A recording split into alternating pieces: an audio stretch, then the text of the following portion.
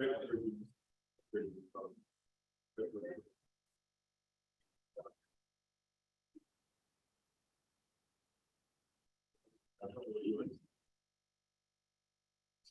Madam Moderator, you ready to go? You might want to come closer to me, you know. Don't be afraid of me. I'm not gonna bite, honestly. Um, so Howard, you probably should go on that side so we can see you. Yeah, just bring a chair around, sit on that side. Are we? I guess we're live now, right? We're live. We're live. All right, everyone. I'm not the moderator. Please forgive me. I'm waiting for the moderator to get acclimatized. Howard, can you be seen or heard? yes, I wanted you to. You're being seen there. All right. You're afraid of me? You can come closer. Seriously, you are welcome to come closer to me. And let me just shift this around, and then everybody can see the moderator. Okay. Hi guys, this is Miss Sonia Migna, the moderator for this evening. She's gonna guide us through. It's her first time. She's shy, so be okay with her. My daughter is gonna help me out. Her daughter is here as well. Come a little closer so everybody can see you. Here's her beautiful daughter who's gonna help her out. All right, ladies, take it away. Good evening. We'd like to all welcome you to We Are the People Town Hall that's happening right here in Toronto, Canada at the Jamaican Canadian Association. This is the third town hall meeting of its kind, and it's created to promote outreach and awareness of the commitment and what the UIC plans to do in the future. So I would like to first introduce your moderator for tonight. Her name is Sonia McNaught. Okay. Good night, everyone, and welcome to UIC's third town hall meeting. First, I'd like to acknowledge those who have made this town hall meeting possible. To our UIC members home and in the diaspora, our friends and supporters, the JCA, Mr. Betty, Miss Marsha, and Miss Jennifer, who has worked with us, the UIC diaspora group, to secure this space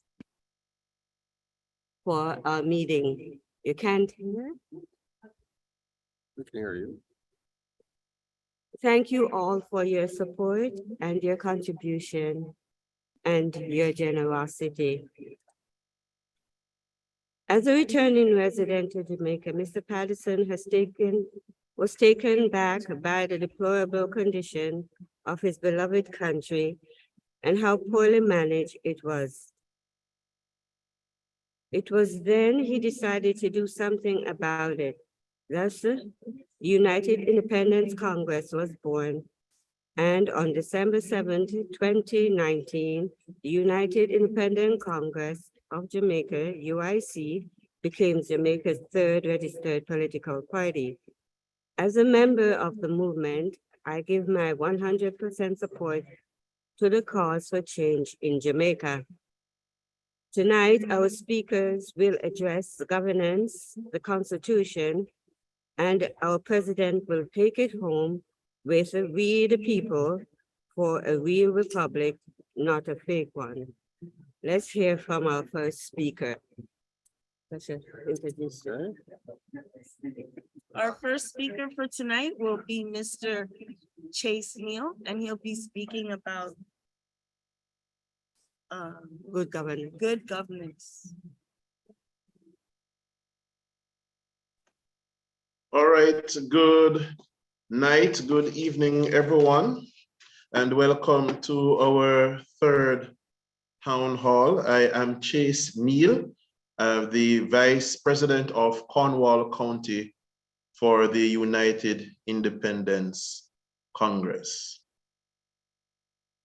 Now, we are here contemplating the total revocation and replacement of the document that we call the Constitution of Jamaica instead of a reform. And significant to this discussion is governance, good governance versus bad governance. Now, we know that governance has to do with management of the people's affairs, but we need to figure out for ourselves and the citizens of Jamaica what is good governance versus bad governance. All right, and to do that, we need to figure out what is the role of governance. Now, the role of governance is to protect our life, to protect our liberty, and to protect our property. So government's role is to provide that climate that gives us a safe, a clean, and orderly society through which our rights are protected and we may achieve the best versions of ourselves. Now, part of that, of this role is our security of persons. Now, looking around in Jamaica, it is evident that our persons are insecure with a high crime rate. So there's evidence of bad governance in that is not achieved. There is no security of our monies. We hear about the cashless system that the government of Jamaica has faced. And in fact, Jamaica has made CBDC, Jamdex legal tender. And we know all the disadvantages of such a system where government will be controlling our monies. So government has failed recently and throughout the years with the high inflation rates to protect our property, protect our money. There's no security there. There is no protection of our property in that we bring to mind Lloyd's Vale and other affected so-called squatter communities last year, where people were evicted out of their homes and their homes demolished. Now, this bad governance all arises out of a constitution that enables it. We, the Jamaican people, are suffering from the effects of bad governance because the so-called founding fathers thought it fit to create a document that compounded power in the hands of a few at the expense of the many. And so the markers of good governance, such as a secure populace, safe, clean and orderly environment, and educated population does not exist any at all. And so we are seen as a so-called third world country because of the lack of good governance that ensures our rights to our personhood, to our lives, to our liberty, to our property. And so we have the markers of bad governance: high rates of corruption, high rates of crime, high rates of unemployment, high rates of people being employed but underpaid. Now, recently, we saw the effects of bad governance rear its ugly head in the government of Jamaica denying the hardworking people of Jamaica salaries which they were already due, but tripling the salaries of politicians and members in the governing body, such as the judiciary, while Jamaicans continue to suffer. Now, if we had a constitution that protected our right to earn and keep our earnings, that would have protected the populace from the policies of the politicians, willy-nilly policies, then we would have seen a populace that's secure in itself in terms of finances and social security. But no. Now it is time for we, the people, to ensure good governance as opposed to bad governance. by totally, in Jamaican parlance, fling away the constitution that obtains and remake a constitution that is made by the Jamaican people. Now, why is this so important? Why is the constitution so significant to good and bad governance? Now, the constitution is that basic law, that law above all laws from which all other laws derive, plus it is that document that determines our kind of governance. Now, the Jamaican Ordering Council, called the Jamaican Constitution, allows for one person and a few persons associated with him or her, that's the Prime Minister, to have virtually all power to control the executive, to control the legislative, and to control the judiciary arms of government. The Prime Minister chooses at will any member of his party in the Parliament to become cabinet ministers, and he can fire them at will. So the executive is totally under his control or her control if the Prime Minister happens to be a woman. We're talking about the system right now and not the person. The Prime Minister controls the majority of the ministers of parliament, the members of parliament in the lower house. Then he appoints, well, the word used in the Constitution is he recommends to the Governor General 13 persons, while the leader of the opposition recommends 8 persons. But the language of the Constitution makes it clear that whatever the Prime Minister recommends, the Governor General has to do. So really, the Prime Minister chooses 13 people to become senators. The leader of the opposition chooses 8. The Prime Minister controls the majority there. So any law that he wants passed will be passed through the lower house, the members of parliament, where the winning party that he controls or she controls as a majority, then it will be passed to the upper house, where the Prime Minister also has control of the majority, because these senators are beholden to the party leader. Then the Governor General must give assent, and the Governor General is beholden to the advice of the Prime Minister, which is really the direction of the Prime Minister. And the Prime Minister also recommends the Chief Justice, who is the head of the judiciary. So we see where the Prime Minister also has control over the judiciary. Over the years, how has this affected us? It has paved the way for past prime ministers to create gangs to ensure political victory.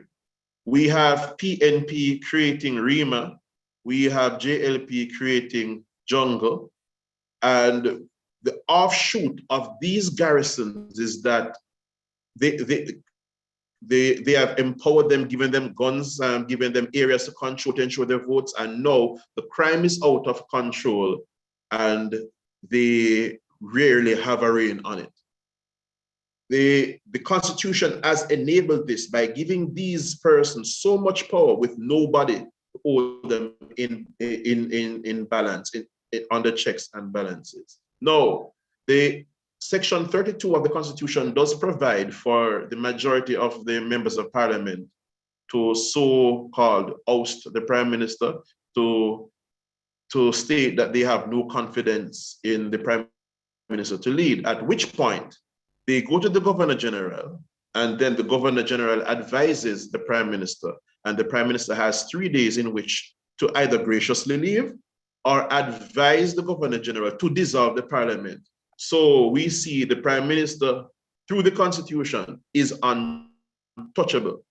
It gives people leeway to create corruption and to create the society that we have here with the mismanagement of our resources. Now, such a document contributes to the bad governance that punctuates Jamaican society. We want good governance that ensures our safety, that ensures our freedom, that ensures our right to our life and our property. And so we are here to look at totally revoking and replacing the Jamaican Constitution and ensuring good governance as opposed to bad governance. Thank you.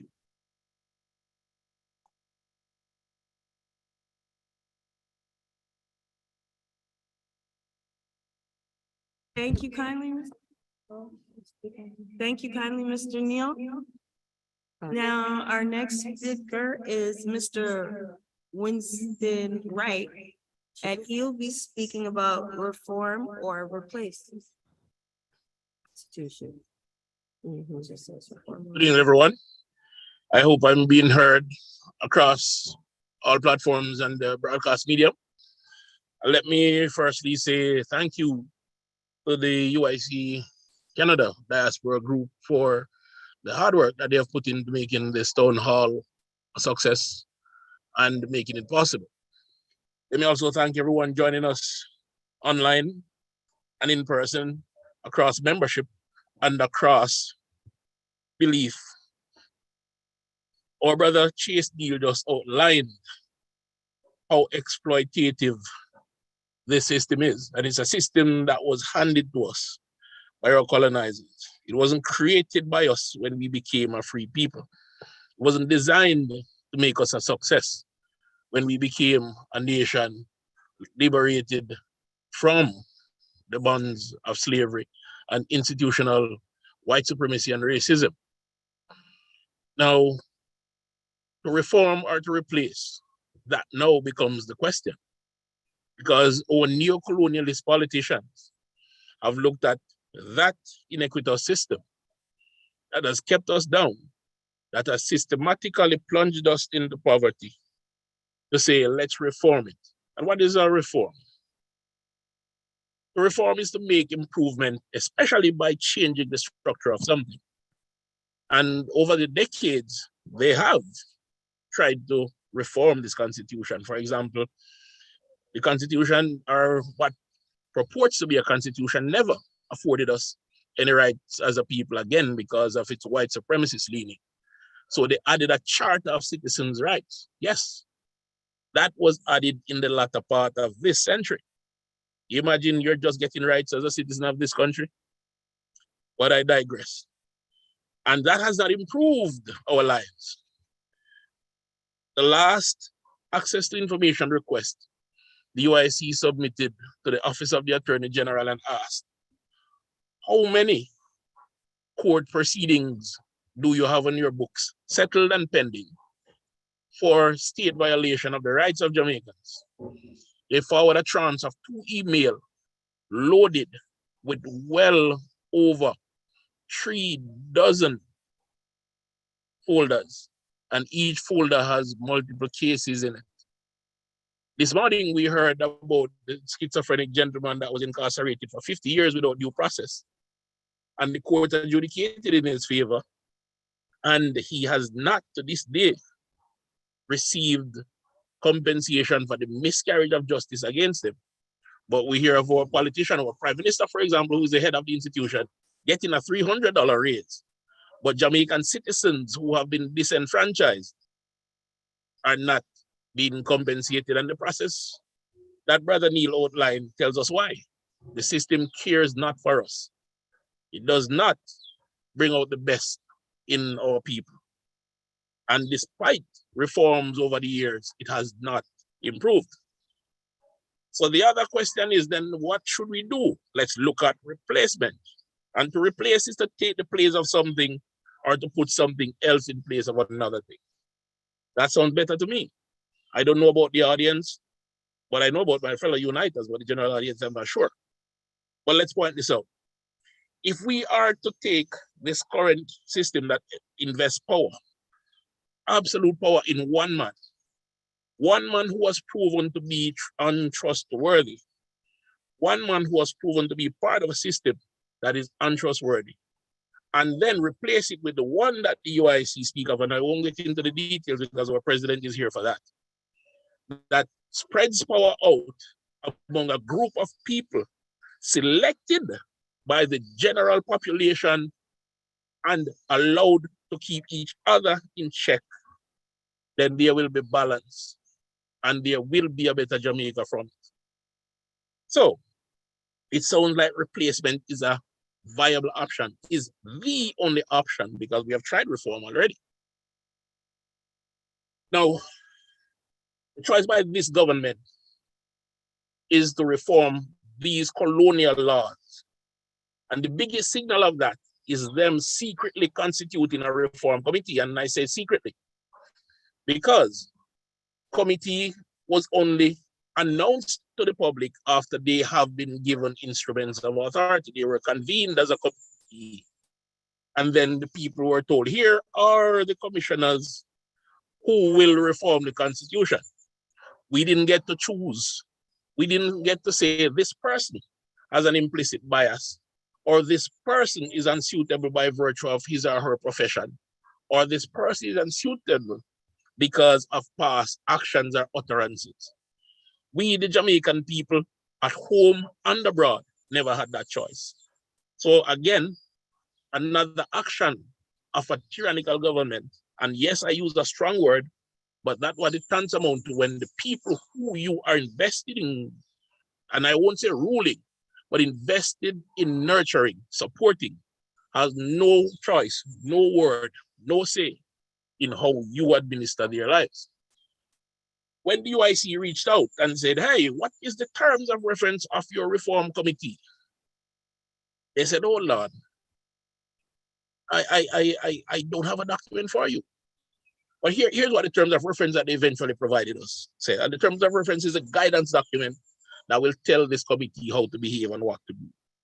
The terms of reference says, the purpose of this CRC, the Constitutional Reform Committee, is to assist in providing expert guidance and oversight to the government and the people of Jamaica during the constitutional reform process, to inter-ally, and that's just fancy Latin for together, implement the recommendations of the Joint Select Committee on which consensus remains, while helping to build the consensus where it has eroded or is non-existent. On the other hand, on the other related matters, sorry. Now, they talk about consensus being eroded or non-existent. You catch that? Non-existent.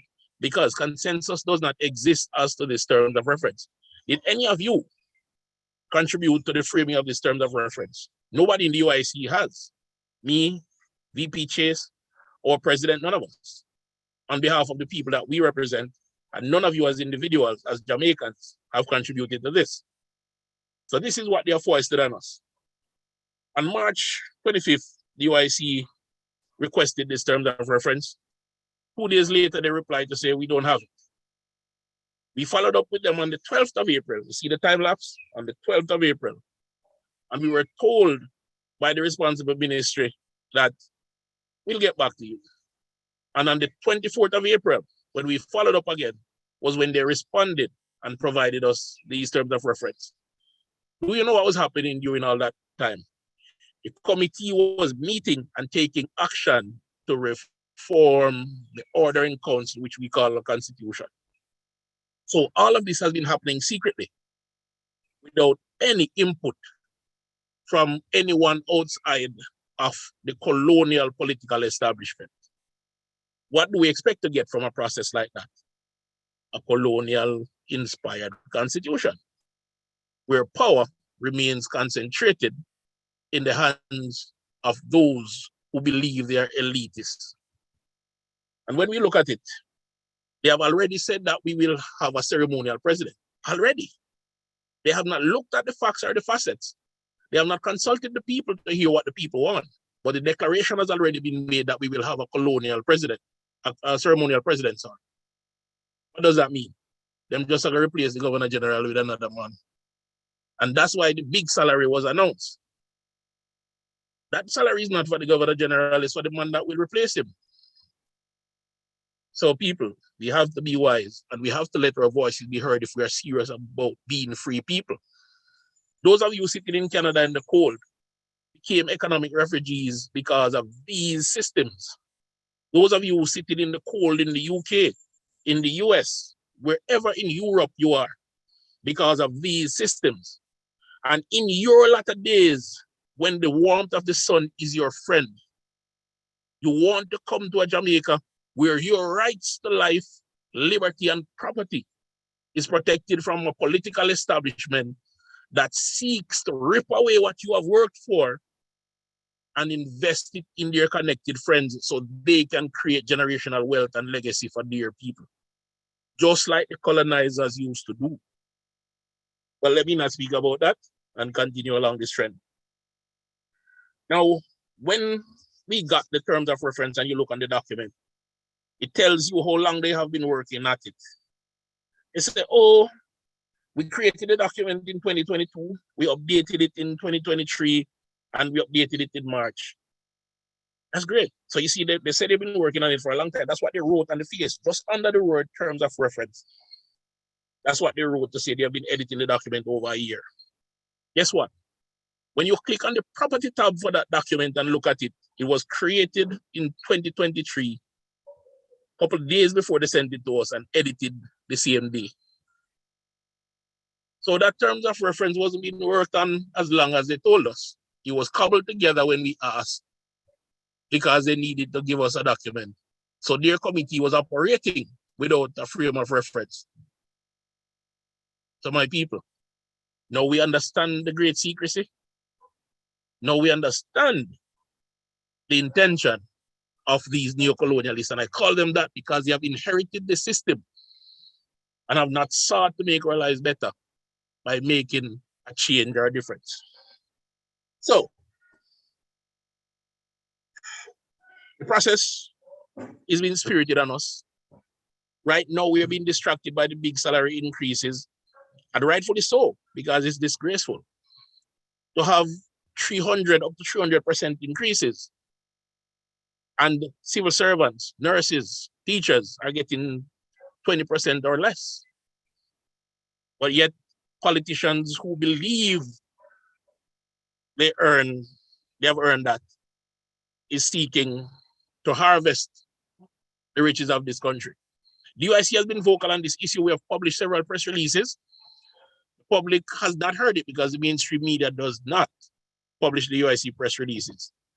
And before I wrap up, let me just say, the UIC in 2016 started as a lobby organization. In 2010, we became a registered political party.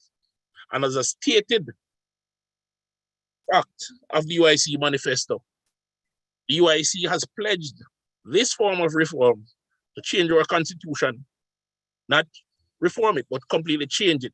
And it is there in the preamble, first paragraph on our website, sitting there looking at us. Feel free to check it out. Just understand that the UIC, throughout this year, last year and the year before, at the heights of the rights debate that engulfed the world, stood for the people and will continue to do so, and will stand for Jamaicans in ensuring that this farce of a constitutional reform end, and that we get a replacement constitution, a real constitution for Jamaicans, by Jamaicans, as what's pledged by us. And we will make sure it's done one way or the other. So my people, the question was to reform or to replace. I believe that proper checks and balances would have prevented the salary increase episode. And I believe that to reform this constitution does not offer us that protection. So a replacement is what the UIC is interested in and what the UIC purports and will support. I thank you for listening. Please enjoy the rest of the presentation.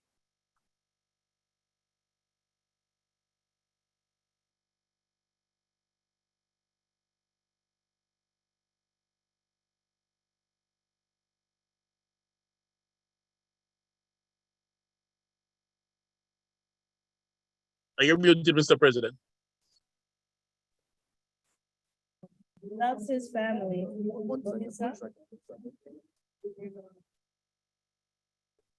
Start again. Okay. All right. Our last and final speaker for tonight is Mr. Joseph L. Patterson. He is a husband, father, and patriot like you. He loves his family, community, and country passionately. Mr. Patterson's vision for Jamaica is to create a peaceful, beautiful, and prosperous country where everyone enjoys equal opportunity, equal rights, and equal justice in a free, fair, and productive society. His experience as a chartered and professional accountant, social entrepreneur, and good governance advocate reveals his commitment to accountability, equal opportunity, and integrity. These are the driving forces that fuel his passion and the dedication to replace the current system that benefits the few at the expense of many, to one that will reward everyone according to their own efforts and accountability. So please welcome Mr. Patterson. He'll be speaking on Real or Fake Republic.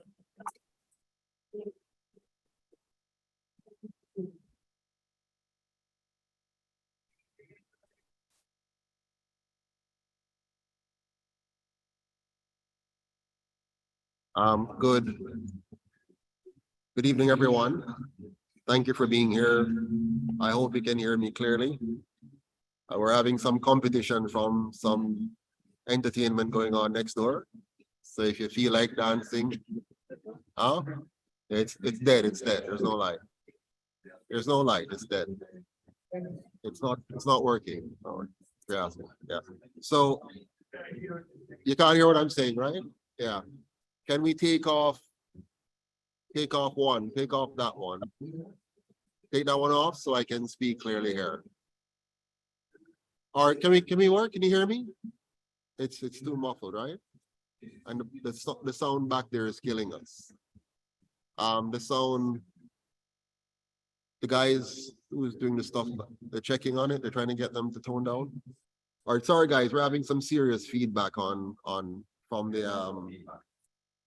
feedback here and noise back there. Is getting the best of us right now. But while we're waiting, well, that's not gonna work. Yeah? We'll have to cut this out. Guys, Shar, can you cut this out for me? This Metu. Yeah, just take that off. All right, we're good. All the way down, 0. Thank you. All right, and I'm going to project my voice for you here so you can hear. First of all, please give yourselves a round of applause for being here today.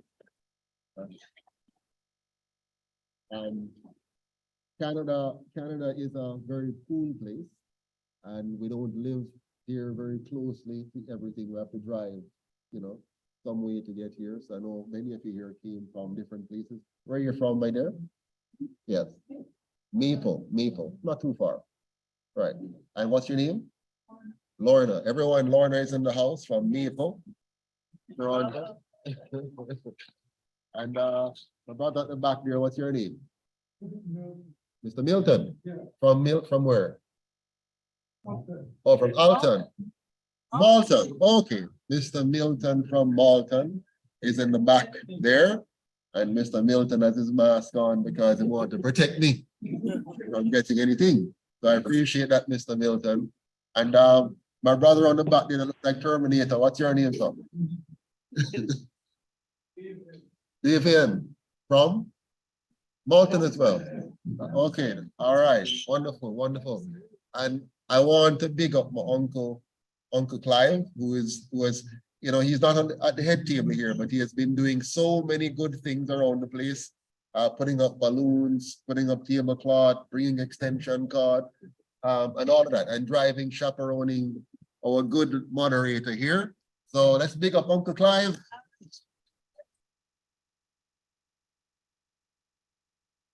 And he has a wonderful lady beside him, who I had the privilege of having lunch with earlier today. A sweet young lady. She's from Barbados, but he has turned her into a Jamaican. Give her a hand. And I want to thank all of you who have helped in any way, shape, or form. A while ago, we did not introduce the other speakers properly. We only said Chase Neal and Winston Wright. But these two gentlemen are two of the most significant persons in this movement. Mr. Winston Wright is our chairman. Mr. Winston Wright has been there with me over the last 3-4 years through thick and thin, and has really had to take a lot of broad licks on my behalf in trying to help to keep this organization together. So I just want to big up the chairman and thank him very much for all that he has done. Please give him another round of applause. Now, when you see any good press release that goes out, any good one, you see that goes out, it's either Winston or Chase Neal.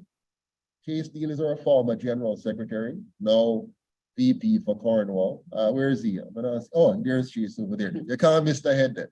So Chase Neal, he is an excellent writer, author, speaker, a brilliant mind, and somebody we can always depend on to pencil a very effective press release. Him and Winston are the two people them who write those excellent press releases they see going on.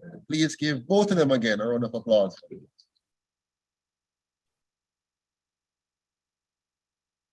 I want to thank our present General Secretary, Ms. Carleen Ramirez Acosta, who has been the chief architect in pushing for and engineering the kickoff of these town hall meetings.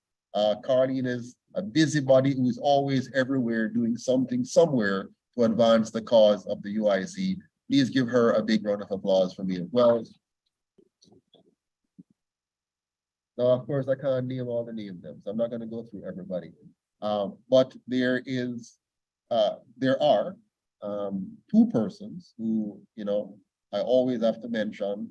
One of them is none other than my wife, Mrs. Charlotte Masada Patterson. Where is she?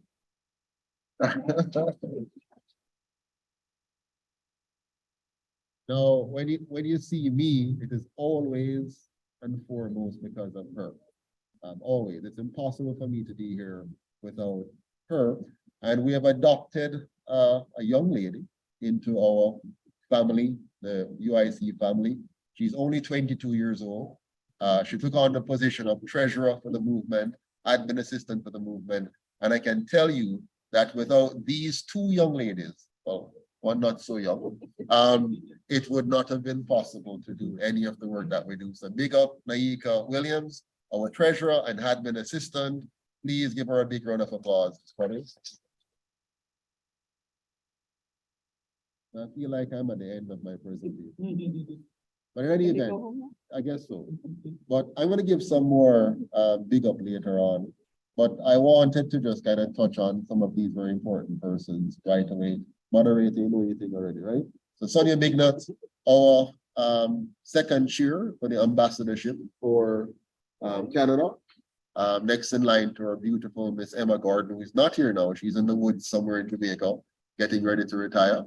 But she's the one that has organized this Canada Forum group, this Emma Gordon. So wherever you are, Emma, in the back bushes or somewhere on one of the bad road in Jamaica, try to make it from one place to the next. We big you up, we respect you, and we thank you for all that you're doing and have done. Appreciate it. I use some home too. Well, me not yeah, but yeah, I'm gonna be going home soon. All right. Now down to business. I wish I could welcome each of you personally, but welcome to all of you. Now, we are talking about something that is very, very critical and crucial to the future of Jamaica. We have been suffering from the very first day that Christopher Columbus buck up on the New World. And since he buck up on the New World, some serious things have happened. We have been abducted, we have been robbed, we have been raped, and we have been enslaved. And for 400 years nearly, that went on without fail. And then, due to some people like you here, it became untenable and difficult for slavery to continue. We burned down a few plantations. We chopped up a few people. We stole some of the goods they tried to ship out. We sunk a few ships. We just never take it. Some of us went to Haiti. You know, we were the baddest one in town, the Jamaicans. Some of us went to Haiti and teach them how to be bad, which means to be good. Because to be good is to fight for your freedom. To be foolish is to accept slavery. So some of it went to Haiti and we created some problem, and Haiti became the first true republic the world has ever seen. Because Haiti, they rose up and beat up the French them bad, and take over the country. Now Haiti has been paying a dear price for that ever since, because the powers that be don't want you and me to be free. You know that? So since the day they decided to make us free in 1838, it has not been freedom. It has been trickery. So in 1838, they tricked us. And here's what they said to us in 1838. You are now free. And all of our foreparents clapped and cheered because we thought it was true. A wonderful white woman somewhere way across the ocean in her nice, beautiful Victorian voice had said, you are now free. And we said, what a wonderful woman. We saw her like a saint, an angel, because they taught us what angels look like. Angels don't look like you and me, according to their narrative. Angels have a very different skin color and a very different ear texture, and the nose look a certain way, and the mouth look a certain way, and it's normally different from mine and yours. And so we were impressed, and we cheered. We even worshipped Her Majesty, and they taught us to worship Her Majesty because she freed the slaves in 1838. Now I submit to you that that was a fake freedom. Very simple. You can know why it's a fake freedom. What's your name, my dear? Devon. No, not you, but thank you, Devon. Respect. Right. Devon, I normally go for the lady. Where you from, Devon? No problem, no problem. Where you from, Devon? Spanish Town. Pick up Devon from Spanish Town. Brampton, okay. So Devon from Spanish Town, who is now in Brampton. Devon, I used to live in Brampton on a street called Greenleaf, and before that a street called Glencastle, a little nice 2-story house in a small corner. I bought it for, I won't tell you what, but I got a big price for it when I sell it. You know, but Devon, I was talking to the lady there. What's your name there? Paulette. Where are you from, Paulette? Brampton as well. Now, the reason I'm calling you is because I saw that a smile was hidden somewhere under there, and I wanted to see the smile. I know I can tell it's a beautiful smile. Now, they tricked us, my dear. Hear what they tell us. They told us we were free, but instead, when they free us, they held on to our land. Remember, them thief the land from we. It's our land, they thief it from we, and then when they free us, they still hold on to the land. They also stole our labor. Now, labor and land give you capital. When you put labor and land together, you produce sugar, you produce coffee, you produce cotton, you produce all kinds of things. And those things build wealth. And when they freed us, they held on to the land and they held on to the capital that the land and labor produced for them. Now, this is very important. I'm going somewhere with it. Because when they freed us in 1838, that wasn't freedom because we could not have our land and we could not get back the money lost through our labor. So what were we free to do? We were free to beg a job, which is exactly what we're still doing today. We're free to go beg a job. From who? The same people who thief our land and our labor. So we weren't free, my brother. We were tricked in 1838. But hold on a second. What happened between 1838 and 1944 when we got the right to vote? In 1944, when they eventually gave us the right to vote, something amazing should have clicked in our head. If we did free from 1838, how come we just get the right to vote now 106 years later? They see it, a fake freedom. But why did they give us the right to vote in 1944? They gave us the right to vote in 1944 because, again, we started to burn down some plantation and chop up some things and mash up some things and made it a little uneconomical to keep the system the same way. So they changed the system in 1944 in the same way that them changed the system in 1838. So in 1838, they gave us freedom to placate us, to pacify us, to make us no burn down no more and chop up no more. But we started to do it again between 1838 and 1944. So again, they gave us a little more peace.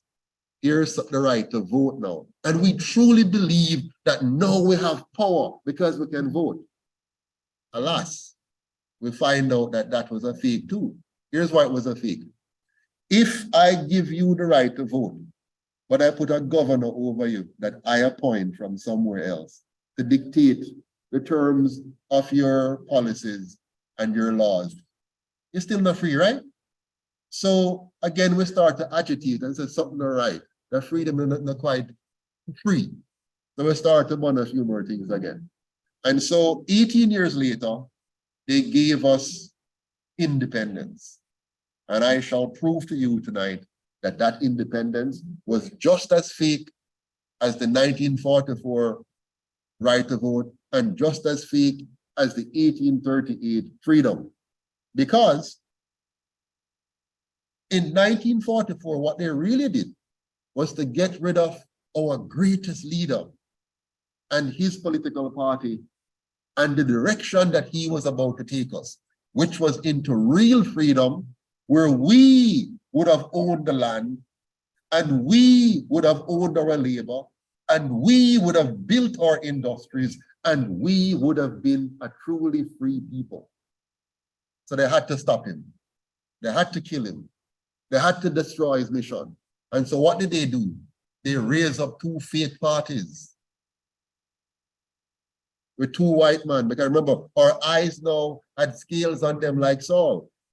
We couldn't see properly. When we looked through our eyes, we needed to see people with lighter skin and wavy hair. We couldn't take the one them that looked dark and have a different kind of texture. So they knew that what would appeal to us was some nice whitish looking men saying, shoot me and leave the people. And so they got us to accept two colonial parties. Hello. Come in, man. Have a seat. Have a seat. They got us to accept two colonial parties. Watch me now. Don't miss this, you know. They got us to accept two colonial parties. We became so attached to them, so endeared by them, so in love with them that we would kill each other for them. And kill each other, we did. By 1980, we killed and murdered 800 or more of ourselves. So our colonial masters were so wise, so smart, because they got us to stop seeing them as the enemy and start to see we as the enemy. You are my enemy, and I am your enemy, and we must fight each other to the bitter end. For what? For scarce benefits and spoils, for crumbs that fall from the master's table. That's what we were now supposed to fight for. And that's what they're doing now in Parliament. They're figuring out new ways to legalize more crumbs to go into their pocket and away from you and me. And so we're going to fight even harder now, because now that we're going to get $25 million to be prime minister and $20 million to be opposition leader and $7 and $8 and $10 million to be councillor, we're going to fight and kill and murder because we want the money there for ourselves. Because it's now legalized. Before we had to thief it when we got elected. We had to thief it. We had to figure out how to thief it through NHP, how to thief it through land lease, how to thief it through this. But now, can you legalize it? All you have to do is make sure you win. So he's calling upon his men and he's calling upon his women to say, fight for it now. Don't get discouraged now because the whole thing will crumble and 63% now vote for them all. Rise up now and rile up the people and fight for it, because you're going to get 20, 30, 40 million now. You follow me? But I want to tell you something. There's more to it than that. And I'm going to tell you this before I show you anything else. Your current prime minister and your opposition leader figured out something that you never saw. And I'm going to unveil that to you tonight. If you understand what I say to you tonight, you will never, ever, ever, ever, ever again vote for, think about, love, like, or appreciate anything about these two parties, because you're now going to see how wicked and heartless and cruel they are. When PJ Patterson, my namesake, left office, or was about to leave office, he changed the law just before he left office. Just like how Andrew, I changed the law now, just before I lose the next election. PJ Patterson changed the law. What did he change it to? He changed the law to say all former prime ministers must get the salary of a sitting prime minister as his pension.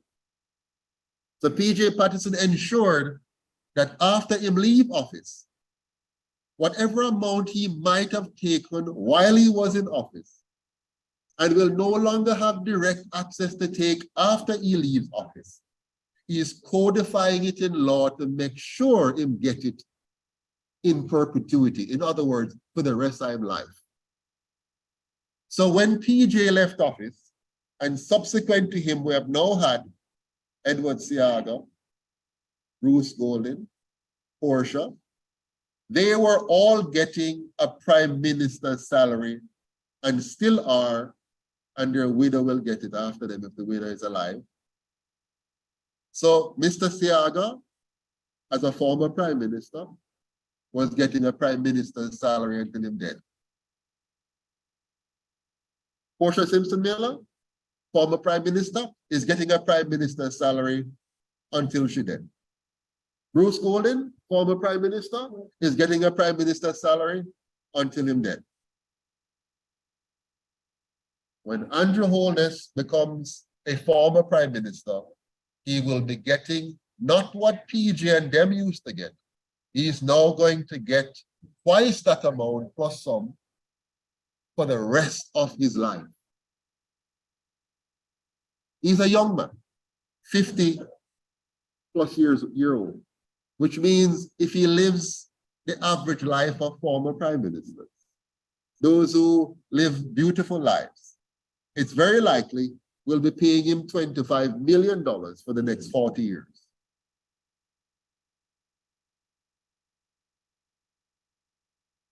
For the next 40 years, for the next 40 years, for the next 40 years, when we vote out Andrew, he will be getting over 20, and by the way, it will adjust. It will go up to 26 and 28 and 30 for the next 40 years. That's what this is about. When he leaves office, win or lose, he gets that for the next 40 years. Multiply that out, you're talking about over $1 billion. That is how wicked these people are. For the next 40 years, if him live that long. But if him don't live that long, it falls to his wife. If she lives that long. Huh? Until she's dead. That's how the pension thing works. So watch me carefully. After he has passed, which he has already done it, he has like a king, it's an edict. Effective April 1, we'll get this new number. So not just him, Portia Simpson Miller will be getting that. PJ Patterson, still hanging around, will be getting that. So we, the Jamaican people, will be paying Andrew, Portia, Bruce, anybody else alive? PJ, Lord have mercy. So we'll be paying 4 prime ministers, $25 million, or whatever the number works out to be at whatever point, for the next however many years. Have you ever seen any skillful trick like that yet? So after we fire him in the next election, we're still going to be paying for him. And then the future ones now who come will be fighting like hell to get it. That's why Phillips held on for so long and tried so hard. Now, Mr. Chairman Winston Wright explained to you earlier on, and Mr. Chase as well, explained to you how the system of governance works generally and why they're doing this. I want to now break this down for you again. Some of you might see it again for the second time. I want to show it on screen. I don't know if I can. Naika, can I share my screen? Let me see if I can share my screen here. You can. Let me see if I can share my screen. Can you all see that? All right. Yep. Wonderful. Okay, let me see. This will work. Yes, All we right. can. Yes. Well, it's bigger on mine, but probably not bigger on yours. All right, so what I'm going to do now, with your permission, I'm going to break down for you the current system as it is and the future system that we want. Because why are we here today? We're here today because all of you want a better Jamaica. You want a Jamaica that's better for you, and if not for you, for your grandchildren, if not for them, for your great-grandchildren. The UIC is here to give that to you. Now, many of you are sitting wondering, why should we trust Mr. Patterson and the UIC? How different will they be from these guys? Well, when you see what I'm about to show you, you'll see why you can trust us. Because when we get in, we're not going to be able to thief the money from you the way they have done. Because we're changing the system to stop anyone from stealing from you anymore. Right? So let's step back a bit and see if we can first of all understand who the UIC is. So the first thing you need to know is our vision for Jamaica. We want a Jamaica that brings out the best in all its people. The current system that we have in Jamaica does the very opposite of this. It makes us into scammers. It makes us into criminals. So Jamaica has a culture of criminality, a culture of scamming. It makes us antisocial. It makes us lacking in trust. You know, in Jamaica, we can't form companies where we come together and build massive businesses because we're afraid of each other. So we scam each other all the time. So the Chinese come in and them organize and take over. The Indians come in, them all. I mean, I'm not against them, you know. If I were in their shoes, I'll do the same thing. If me could go to China and take over for them country, would I do it too? But our politicians make it easy for them to come to our country and take over our country. So them come and do it. So the Chinese are not our problem.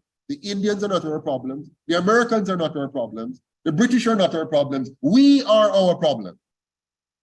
And as long as we continue to allow our politicians to lead us down this path, we will continue to fail and lose. So the UIC is about changing that. So our vision is to create a new Jamaica where the system is meritocratic and it brings out the best in us by design. If you have a company, what your name say, you look like my grandfather. What's your name? Your name, yes. Yeah, man, you. There's no woman beside you. So, Mr. Johnson, where are you from, Mr. Johnson? Brampton. Only for Brampton people there. Respect. All of you. All right, big up Brampton, big up Brampton, big up Brampton, big up Brampton. All right. Brampton run the show. So, you look like my grandfather. See if somebody come in and hot and long back there and check out the thing. Now, I'm sure that you'd like to retire to Jamaica, right? To Jamaica. Yeah, right. You're retired, right? Because you have good health care. That's all. You have good health care here. You have good health care here. Yes. You have good road. Yes. And you feel safe where you live. There you go. So if Jamaica could afford to give you good health care and good road and you feel safe, you'd have retired, that's all.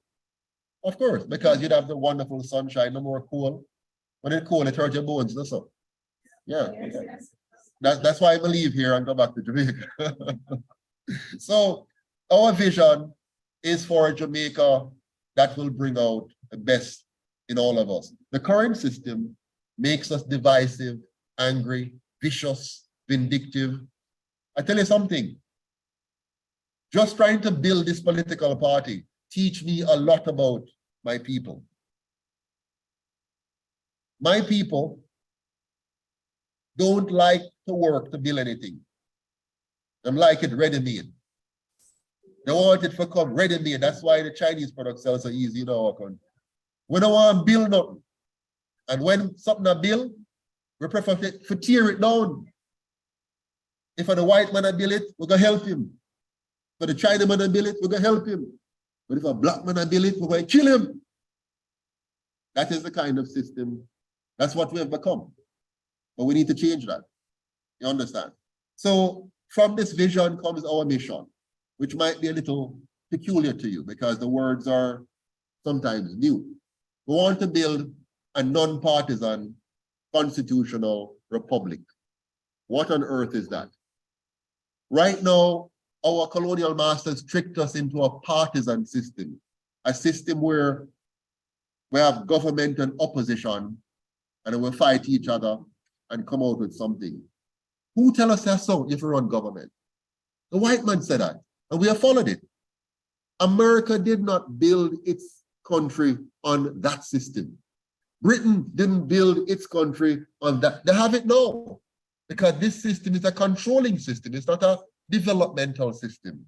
It's a controlling mechanism. It keeps you divided so you stay at a certain level and allows some people to control you. You follow me? So we have to get rid of the partisan nature of our politics. And that's why the UIC has created a non-partisan constitutional republic system. I'm going to tell you what each word means. So non-partisan means we're going to do away with party as the focus and make policy and people the focus.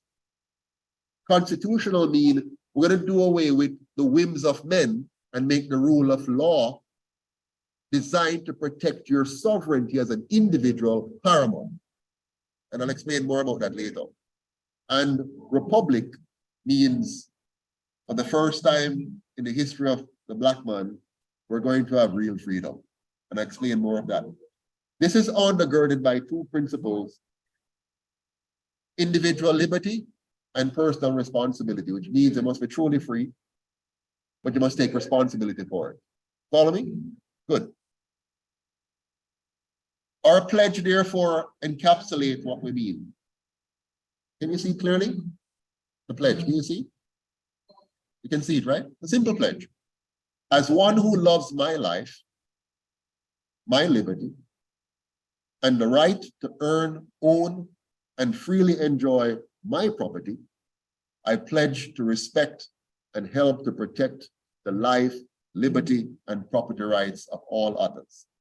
To do my part in helping my fellow citizens to create a safe, clean, and orderly society where all may live, earn, and retire with dignity in true liberty, and where unprovoked force and fraud are abolished from all human relationships, so that we may finally become one Jamaica, united, strong, and free.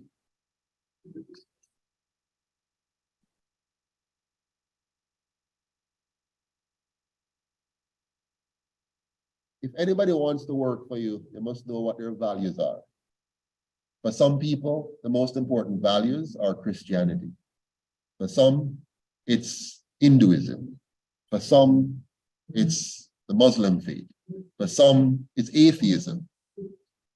The UIC is all-encompassing and all-embracing.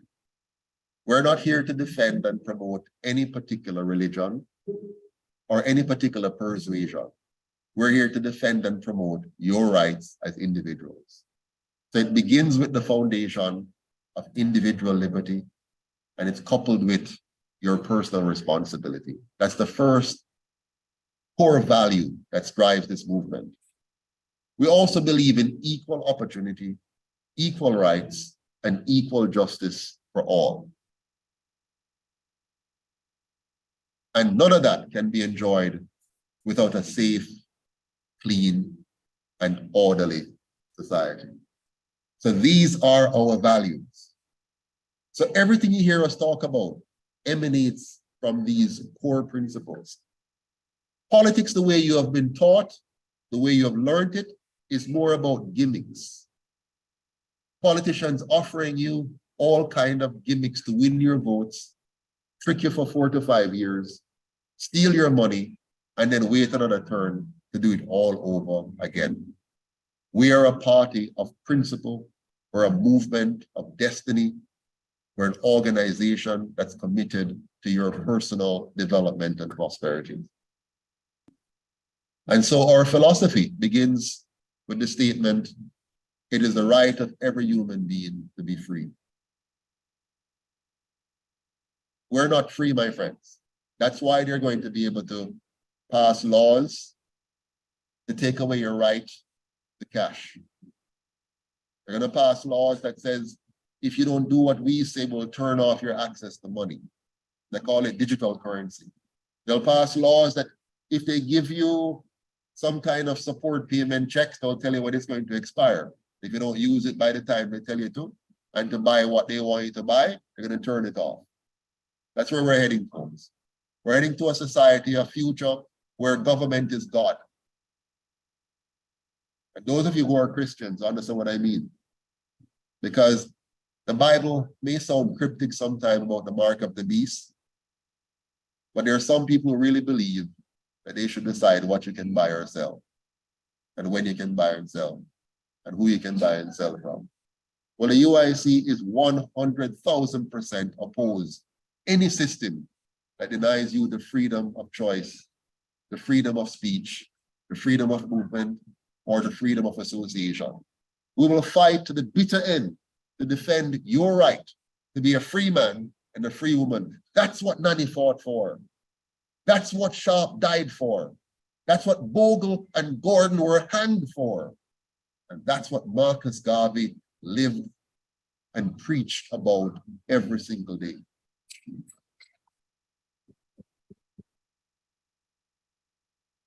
Our people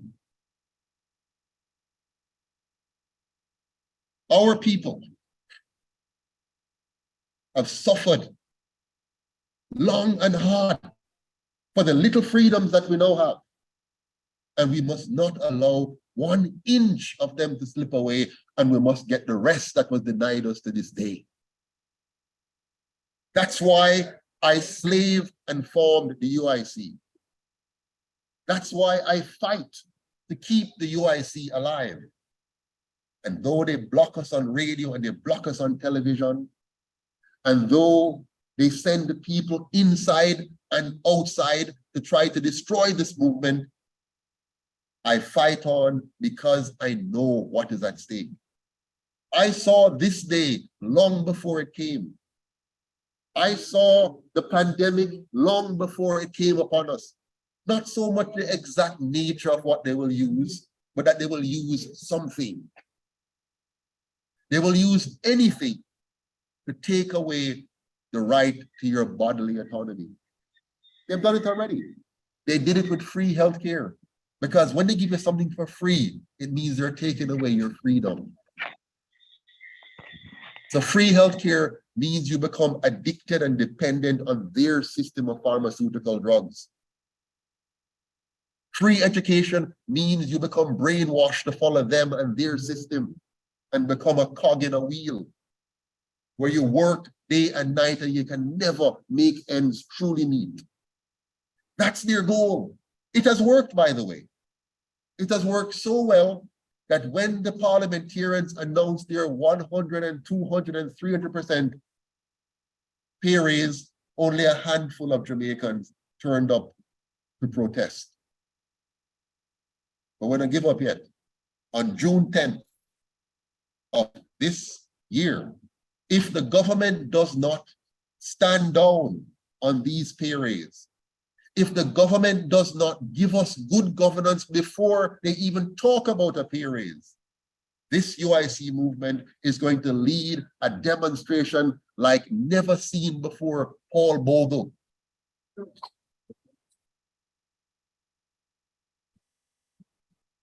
And we're going to make sure that by the hook or by the crook, they either roll it back or something else will roll. We're not going to give in, and we're not going to give up, because this is our country, this is our land, this is our life. And the time has come for us to take it back. So our philosophy begins with, it is the right of every man to be free. Therefore, the only moral justification of government is to protect the life, the liberty, and the property rights of every citizen equally. What is your property right? Them thief the land from us, and they must return that land to us now. There should be no Jamaican that's landless whose parents suffer the indignity of slavery.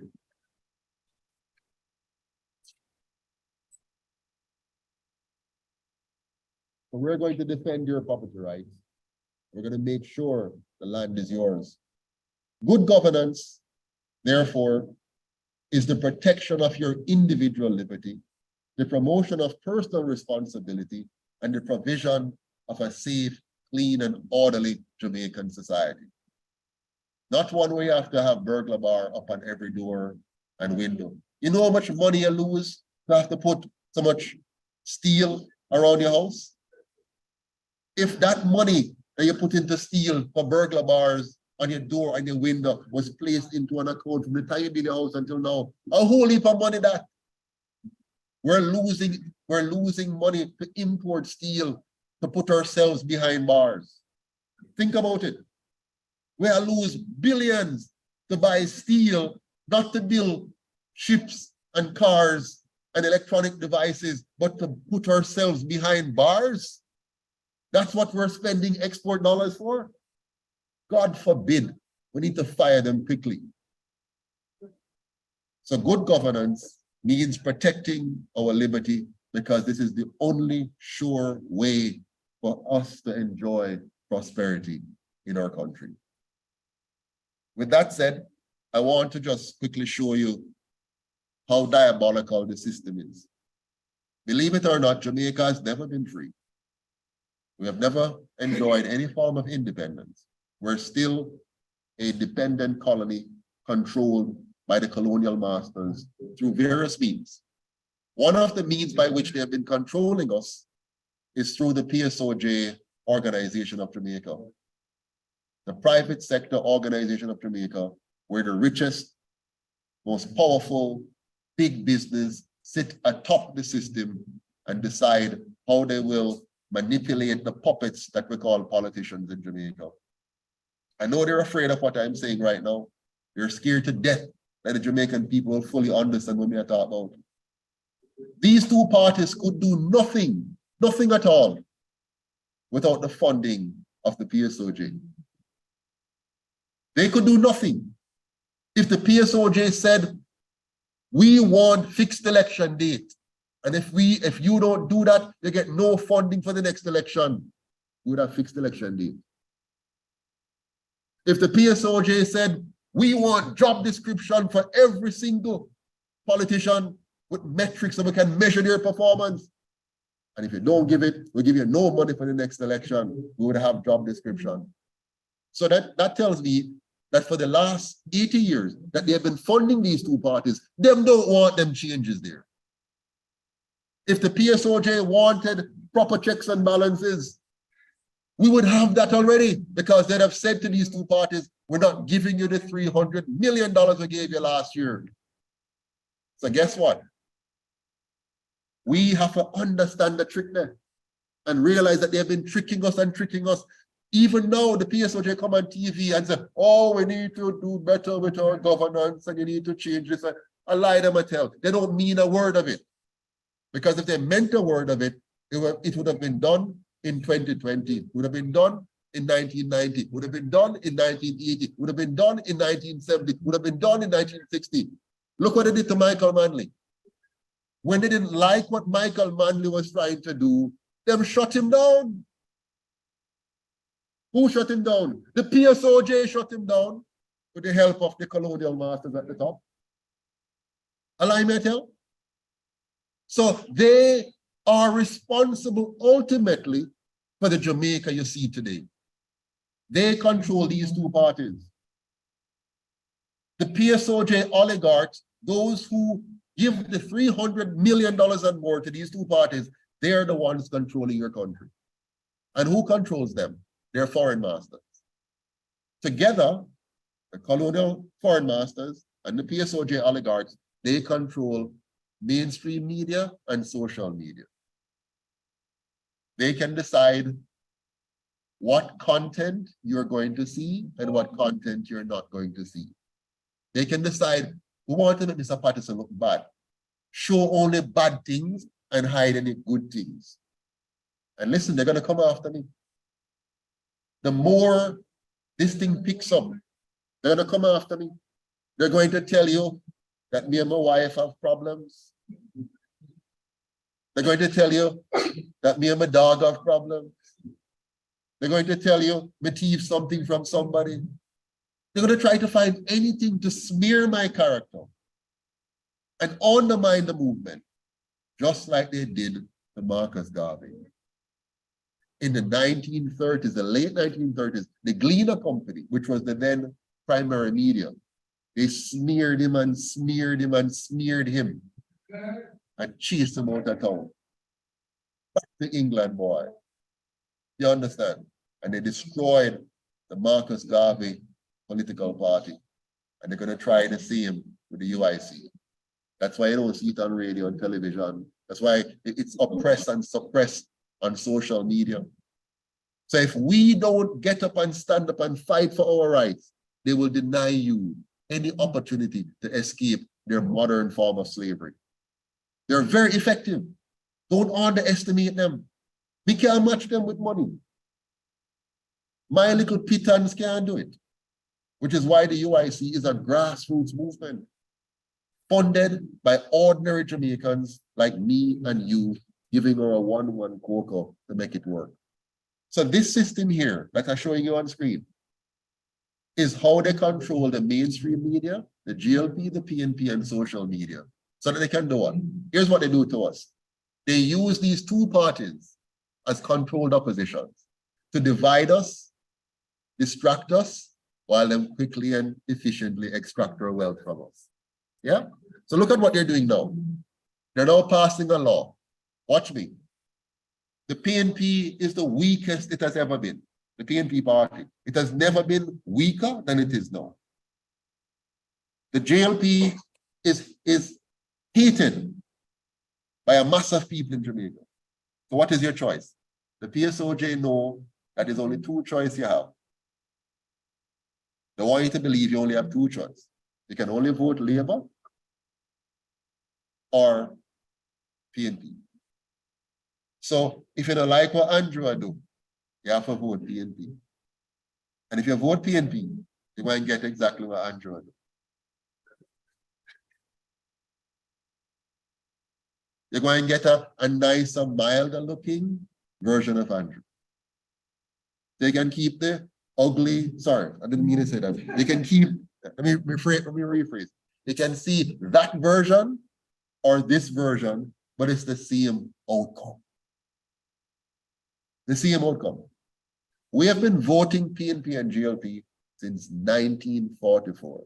The first election, 1944, we elected Bustamante as our first prime minister, the GLP as our first government. And what did they do with those first 2 terms? They disappointed us and we voted PNP.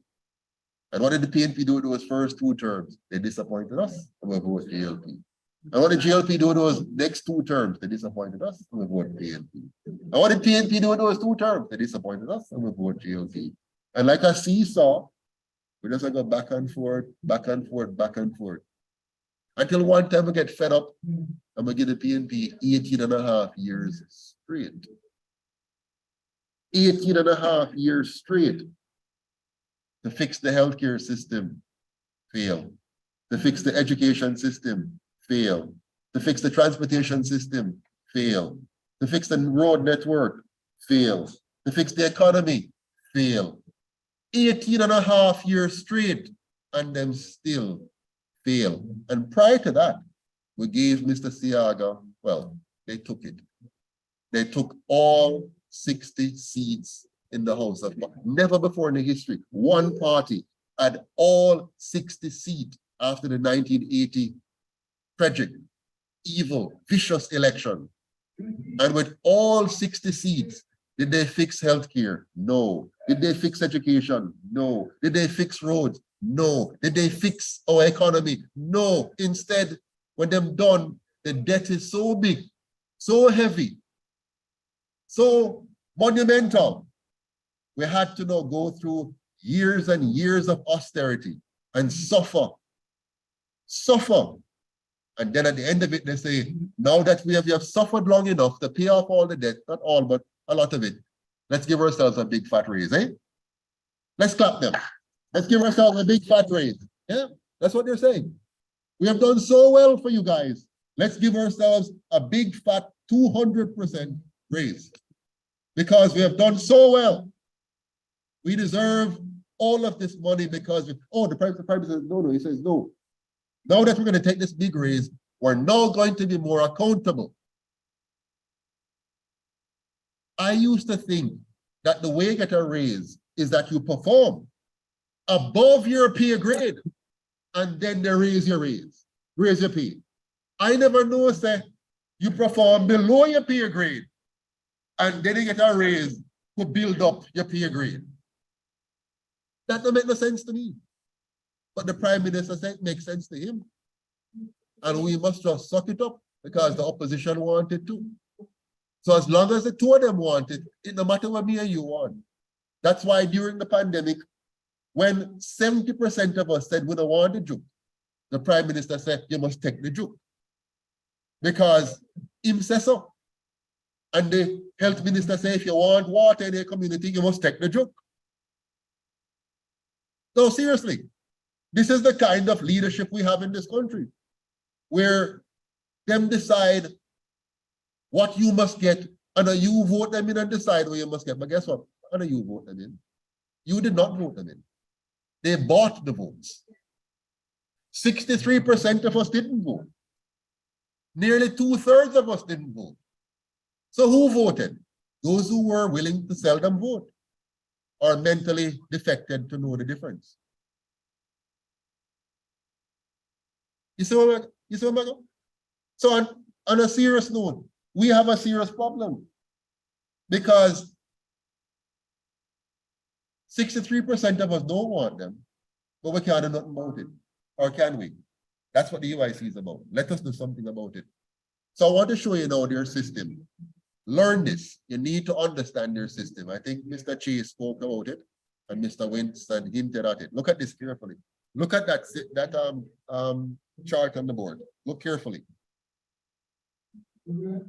That chart tells you that the Queen of England, well, no, it's the king. I made this almost 5-6 years ago. I haven't changed it. Nowadays, gender no matter. The king might cut off something and become a queen. So the whole thing changed now. It twists up. Doesn't matter. King or queen, same thing. Now, the king of England sits at the top. Now, let me ask you a simple question. I want you to answer yes or no and shout it out. It's a simple question. Just say yes or no and shout it out. If somebody abducted you, robbed you, raped you, beat you, and then slave you, and then turn around and write for you a constitution and say, here's how you must live your life, would you accept it, yes or no? No. Would you accept it, yes or no? No. So everybody here No. So our leaders, the one that will give us the constitution, they went to England and took a piece of paper there and said, this is good for Jamaica. And they come back to us and enforce it. Now remember, in 1962, most of it couldn't read. Most of it couldn't write. Not because we didn't want to, but because the colonial masters ensured we couldn't. The way you keep people as slaves, there are 3 things you must do to keep people in slavery.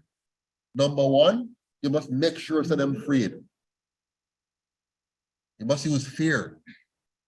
Fear, we're going to kill you, or fear, you're going to lose your job. Some kind of fear. Number 1. Number 2, you must keep them ignorant. Make sure they don't know where I'm going. What I'm doing right now is to making sure you know where I'm going. So number 1, fear. Right now, there are many Jamaicans afraid to step out and join the UIC because they're afraid for them job. They're afraid say they're going to be victimized. So we have a hard time finding candidates because they're afraid. Big man and woman who should have sense are afraid.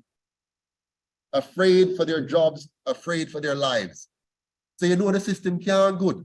If people are afraid to speak their political position, it means something wrong with that system there. So they use fear, and they use ignorance. Right now, you have some very bright, ignorant people in Jamaica. That's called an oxymoron, right? Yes. Some bright, ignorant people in Jamaica. Educated fools. They're on TV every day. They're on radio every day. They call them talk show hosts, university lecturers, and professors. They know everything and can't stop them too young here from thief them. They know everything, you know. They can tell you everything from Columbus was born to when Shaka Zulu dead. They can tell you everything. But they can't manage, they can't stand up against two little gangs. Two gangs. They can't stand up against them. They can talk. They can talk until thine kingdom come. You know them. Monty Perkins, beautiful guy, very brilliant. But did he ever lead a party to do what we are doing? No. Barbara Gluden, brilliant. Did she ever lead a party? No. A little dance boy like me, if I come from Spanish Town Secondary, if I come do it. Cliff Hughes. Yap. And don't get me wrong, I don't mean to be facetious or anything, but I'm just tired of the talking. I years me listen from my boy, I listen radio. I mean hear them. Oh, you know, PNP and this and this. And they're talking. Listen, if you're not so bright, one of the farmer group like Marcus Garvey, and let's just fix the thing. No. You know why? Because after they talk, they go on the side and get a little thing. Just the other day, one of the talking heads or the talkers got appointed to the Senate. So while he was talking, and we thought he was a journalist, unbiased, he might work for one of them. And that's how all of them is. Many of the brilliant minds in Jamaica have lost the ability to think outside of the money they get around the corner from these politicians. They can't stand up for anything. Well, I, Joseph Patterson, decide that me gonna stand up. My mother was a strong PNP, a veteran PNP, working in the trenches. And I said to her, Mommy, you're wrong. You are wrong. We must not support these two parties because they're dividing us, distracting us, and allowing a small group of elites to thief our money from us. I said that to my mother. And you don't want to say that to my mother. She would die for my command. I said, Mommy, you cannot fight for these parties. You need to fight for Jamaica. Clap now, you can clap for that. Yeah, people some motivation too, you know. That's one way thing, you know what I mean? The two-way thing, right? Yeah. So, as I was saying, you see this little diagram here? The queen is at the top, or the king, which means our colonial politicians love the queen and the king. They don't want to change the system. They want to keep the system. They want to keep this system. They don't want to change it. So what they're doing now in terms of so-called reform, they want one of two outcomes. Outcome number one, they get us so confused, we'll vote to stay with the king. They'll be happy for that. They'll say, praise the Lord. That was close, see? Shoot. Outcome number two, we'll vote for the foolishness they put before us and give us a fake republic. You understand me? Where you just change the name of Governor General to President and play around with a few more things and say, yeah, you're not a republic, but the system remains the same. The same thieving system stay in place. They can still thief everything from way, just the same way, but now we call it a republic, like Barbados did. Barbados is a fake republic. Guyana is a fake republic. Trinidad is a fake republic. Even America, the closest they came, is a fake republic. The UIC, right here, so not here, but there, in Jamaica, will give the world its first ever real republic. Okay, you cannot have a republic if you do not protect the sovereignty of the individual, not just the collective. That's important, but you must protect the sovereignty of the individual. That is a republic. And so our this little system they have here, what I show you now, say you can vote. So that little box there say, the people vote for their MPs. That's a trick. The people don't vote for their MPs. The rich elite decide who will be a credible MP because the people will only vote for those who they see. So the rich elites provide money to the two parties they control, which then gives us candidates that they control, and then tell us we have a choice to vote between them. So here it is. Let's say me and Miss Mignet are the two candidates, green or something like that, kind of greenish. And well, yeah. So remember, the two of us are only here because we're sponsored by the rich elite in the back. Now, let's say you wanted to run, my brother. Let's say no, they like you. You too rootsy. You too Marcus Garvey-ish. You want to do real things. No money for you. But you can run as an independent. Okay, I'm an independent. I'm an independent. Nobody can hear you. No radio. If I put it on radio, it's because you're mad. Or TV. You're so angry and mad. So when you go on, you sound like you want to tear up the world. Listen, see, that's the independent over there. You won't have any nice, beautiful acts that says, look at this beautiful two people, one from that side, one from this side. Please give your vote to one of these beautiful people because they're beautiful. Please vote for them. One of them. Any one of them you want to vote for. Vote for one. Because whichever one you vote for, you're still voting for the PSOJ. You follow me? And that's what we have been doing for the last 80 years. That's what we have been doing for the last 80 years. We have been voting for the PSOJ oligarchy that controls these two parties, controls the candidate, and therefore controls the government of Jamaica. And that's why we can't get affordable housing. That's why we can't get a good, decent education system. That's why the economy is so designed as a low-wage economy that the mass of people work for little and nothing, and a few up on the top, like the Prime Minister now, want to take $25 million or more. You follow me? So in this system, the big money controls the outcome. And when you finally elect them, the Prime Minister has power over everything. The Prime Minister controls the Senate. The Prime Minister controls the House. Why? Because everybody in the House wants a ministerial job and only him can give. And if him give, him can take it away by himself. And everybody in the Senate wants a ministerial position. And if him give, him can take it away. And why do they want those positions? The pay is so high. Why do they want it? Because when they get the position, they can thief. Because now you can sign off on contract. You can give a girlfriend a contract. Was it at the health ministry to give a girlfriend a contract?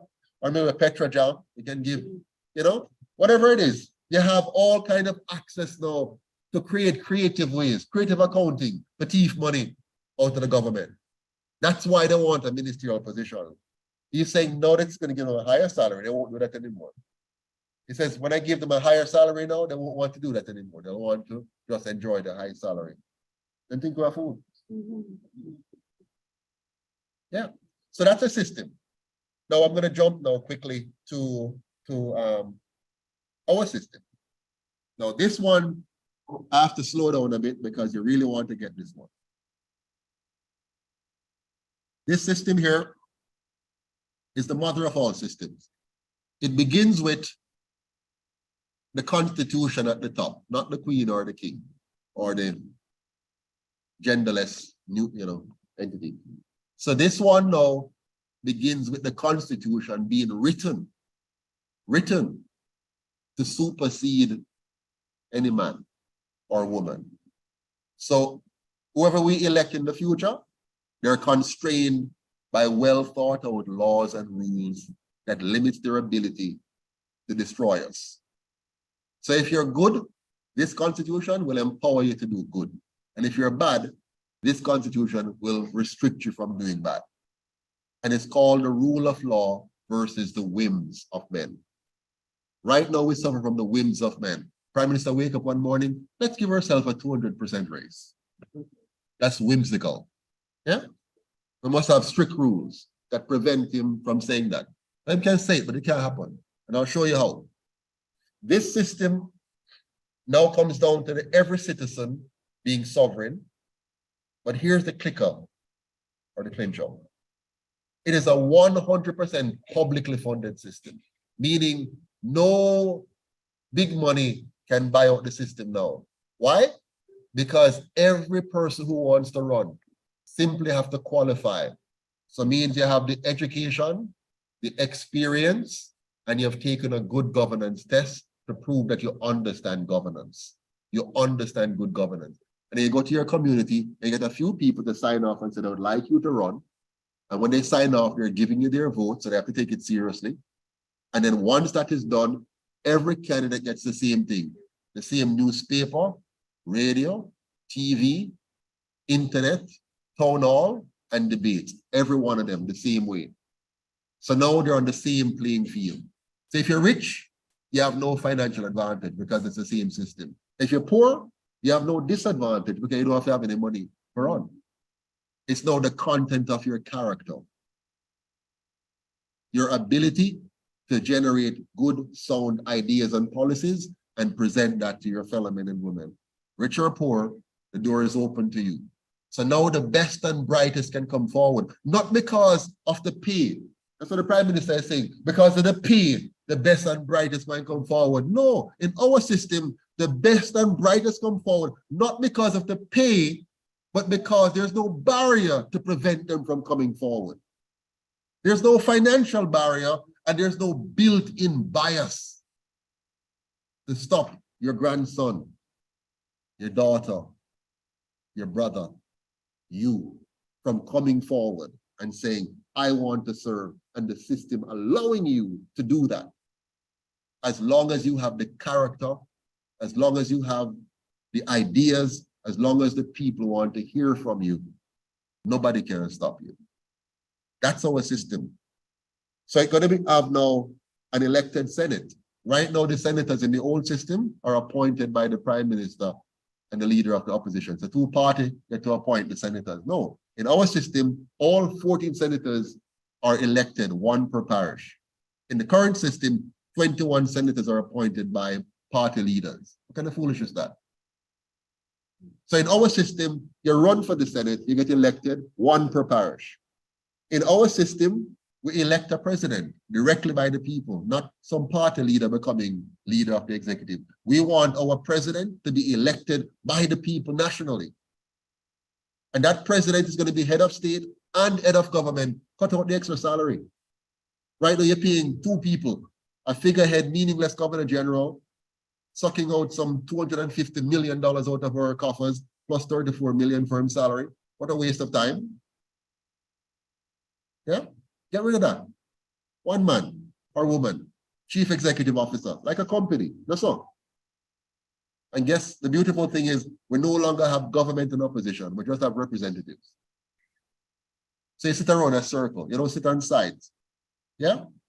If you started a company tomorrow, my friend, and you divide your board into two and say one is government and one is opposition, the company mash up. You want a board that sits together, dialogue, analyze, make decisions, not based on which side you're on, but what's good for the company. And then you have a good company. So we are going to mash down this lie that they have put us under called partisan politics and create a Congress, a united independence Congress where we have independent thinkers.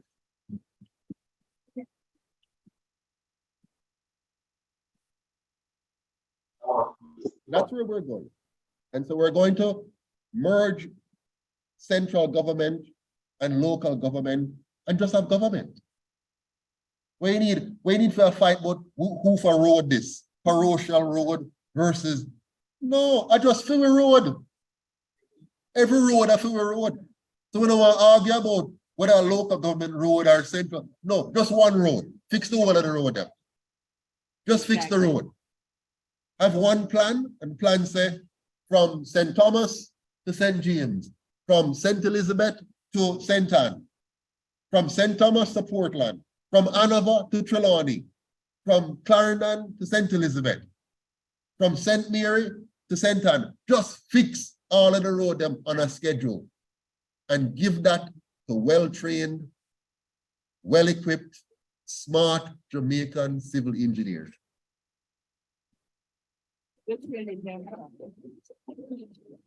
And send China home. Amen.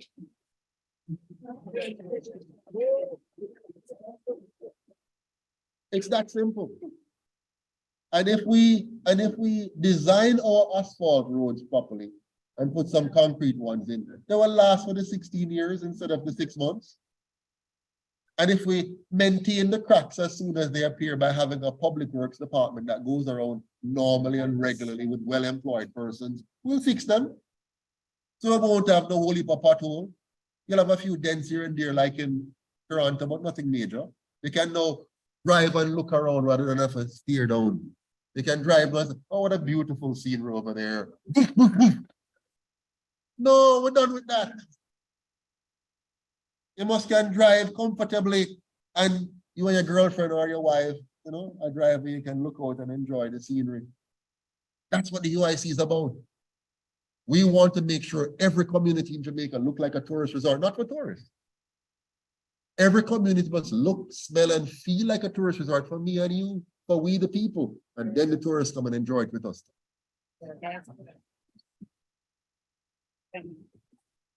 And when the tourists come to enjoy it, they mustn't go each up in an all-inclusive unless they really want to go there. They want to spend the money in the community and eat our yam and our banana and our jerk chicken. Yeah. And our roast pork. Yes. And our manish water. And so now you get the money spent locally among the local farmers, among the local people, rather than having foreign companies owning these all-inclusive resort, importing food, and then spending the money back on imports and giving a pittance to the staff them, and then say we have a tourism product and boast about it. No, I'll boast when the tourists are going to every community and I spend the money that's there.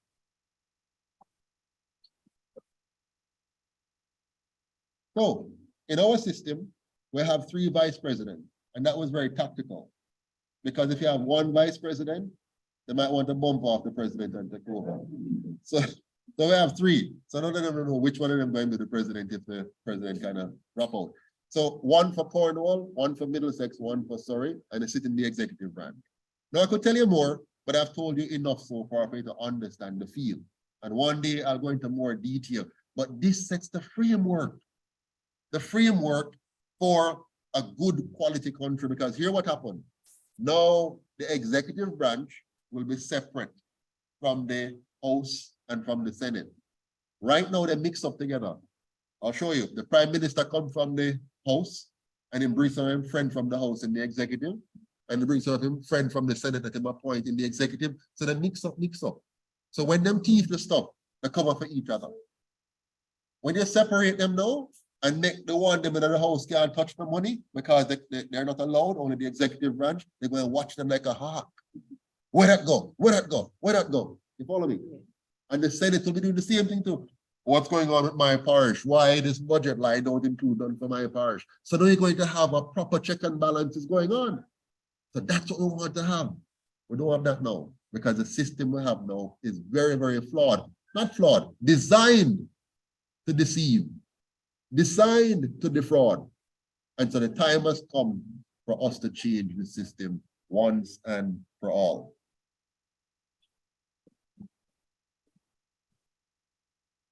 So in our new system, I'm just going to jump that, it will be illegal to ask for and receive donations. It will be illegal to offer and to give donations to candidates under the new system.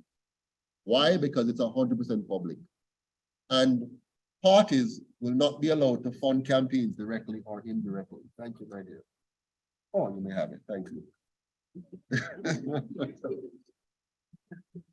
I just have the best wife. We have been married now for how long? 29 years. 29 years. We're talking about it earlier today. At 13, you remember the number. So we're at lunch today and we're talking because my uncle have this nice young chick, you see, and in my show off, I mean, the nice, new young chick and stuff. So my show off, so I say, hold on, boss, I won't tell you the first part of the story, but Mr. Hold on, but I met my wife on a dating platform at Spanish Town Secondary in the 8th grade. We were what, 14 then? 14? Or 14, right? 13, no, 13, 14. Yes. So we have been friends now for 38 years and married for 29. Wow. Yeah. So she's not only the mother of my children, not only my wife, but my business partner. And the best business partner you can have is your spouse. The best one. Because if them thief the money from you, are still in the same house with them.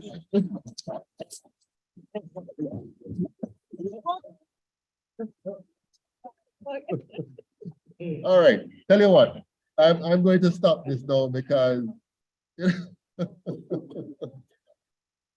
going to stop this now. Hold on. How do I get out of this? Let me see. I'm going to stop sharing. Because I wanted to talk to you now before we're going to the question and answer period. Here we go. Stop sharing. Stop sharing. Here we go. I'm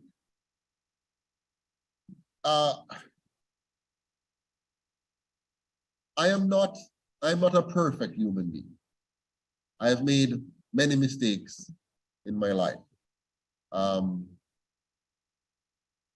I started this journey 10 years ago.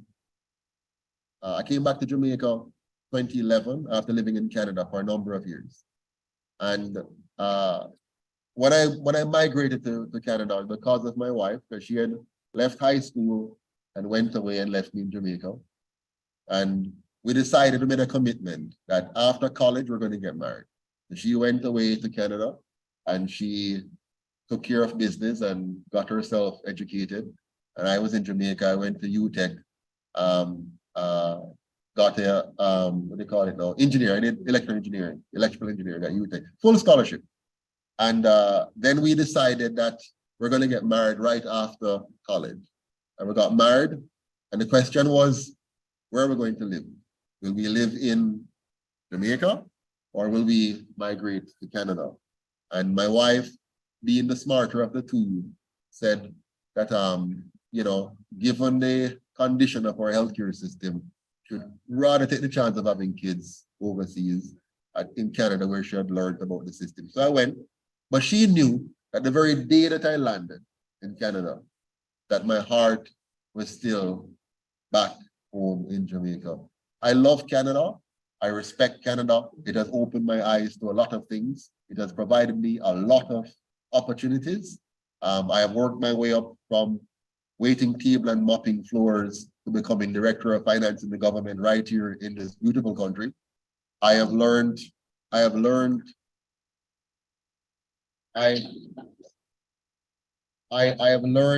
studied accounting here, became a CPA, became a CGA.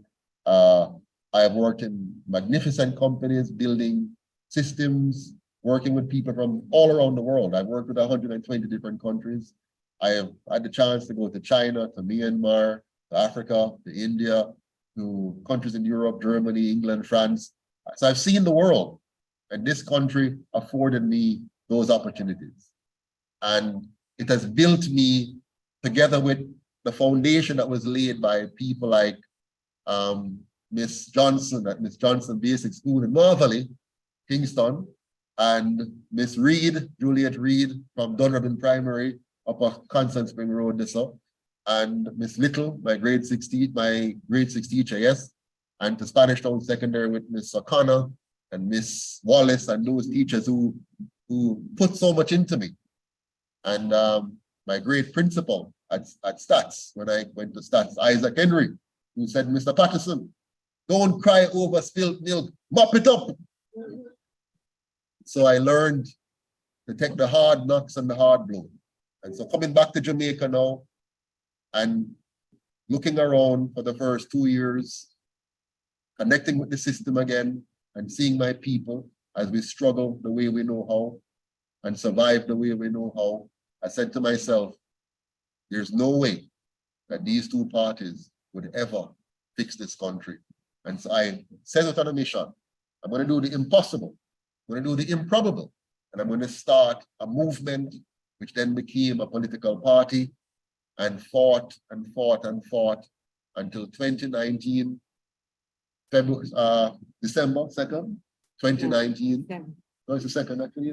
Yeah, I kind of mix up sometimes. The 2nd December 2019, we finally got approval from the Electoral Commission of Jamaica to be Jamaica's official third political party. Yeah.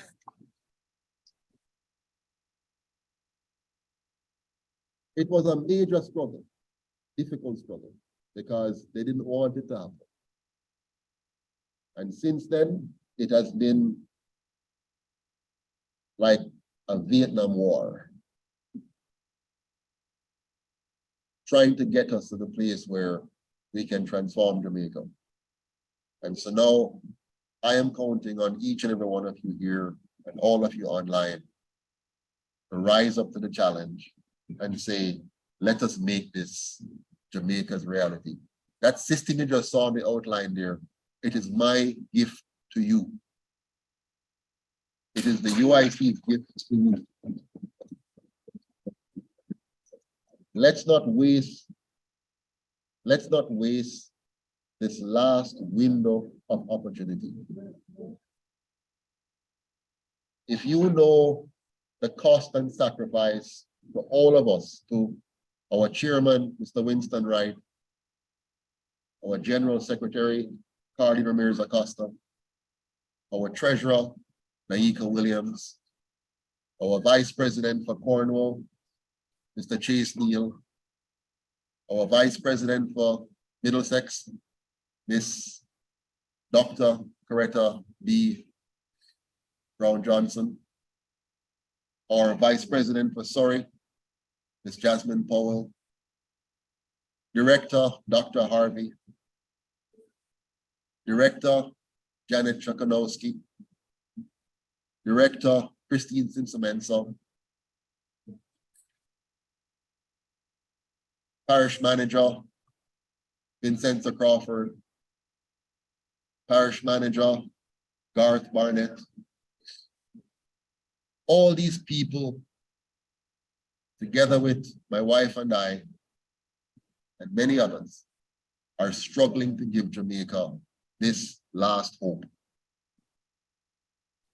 Our diaspora group right here in Canada, Mr. Howard, Ms. Mignat, Clive, Barbados Queen. All these people, those in the US, John and Elsa Price, US, Canada, Mr. West, Mr. Keith Romans, the UK, Rosemary King, Clive Morrison from the UK, Ventus Brown from the UK, many other names I could call. These people are sacrificing to give us this hope. We must not allow this one to slip away. The door is closing. They're trying to put into law to legalize the theft. The last remaining dollar, they're planning to legalize that. They're trying to put into law the digital currency, which will forever close off your opportunity to donate to the UIC. When they get that in place, they'll be able to say, you can't donate to anybody we don't want you to donate to. They're going to lock off any access to freedom. They're going to force the NIDS program on you and say you have to give up everything about yourself. We must know right down to where you eat for dinner last night, pretty much.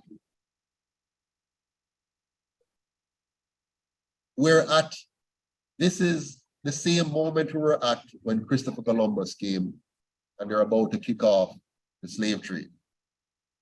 And if only our people on the African continent was fully aware and fully equipped to fight back, would have saved ourselves 400 years. We're there today. A more advanced technological moment, we're there now. And if we slip up here, our grandchildren and great-great-great-great-grandchildren will pay a dear price for our failure. Our parents, our foreparents, paid the price of those who failed to secure and defend Africa. Let us not repeat the same mistake today. Thank you very much.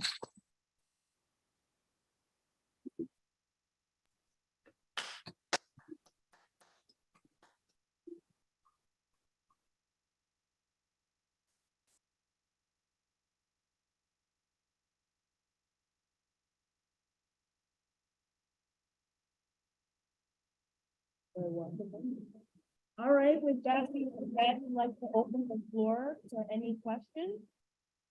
Okay, please stand up for you, if you can. Yes, please. And speak loud. Thank you. My name is Tim Martin. And someone want to know if living in Canada, I can vote. If you can vote in Jamaica? Yeah. No, you can't vote. You can't vote unless you go to Jamaica and register to vote, and then go back to Jamaica when the election is called to actually vote. Yeah. Yeah, that's this number. Well, you don't need that in order to register to vote, but yeah. But the good thing is, every time you donate to the UIC, you're voting. You understand? Because $1 from you allow us to reach 100 votes in Jamaica. Thank you. Yeah. How can you help? Very good. Simple. So donate. If you have skills, you can donate, and if you have money, you can donate. So join. You can join. Sign up. Volunteer if you have skills you want to volunteer, and donate. Those are the three things. Join. Let's say it together. Join. Volunteer. Donate. Join. Volunteer. Donate. Simple. That's it. So this young lady right here, Miss Pink. Miss Pink? Yes, that's you. Miss Pink. Miss Pink, for example, hold on. 1 second. Miss Pink here. Stand up, Miss Pink. Miss Pink. Miss Pink is a nice young lady. It's like she now, she might not have any money to donate, right? But she joined our PR team and worked the social media for us, for example, to reach millions of people. Yeah. Now you, my friend, I know you have the money to donate. So you know, you don't know the social media thing. Yeah. Mr. Patterson, good evening. Hello. Good evening, Mr. Patterson.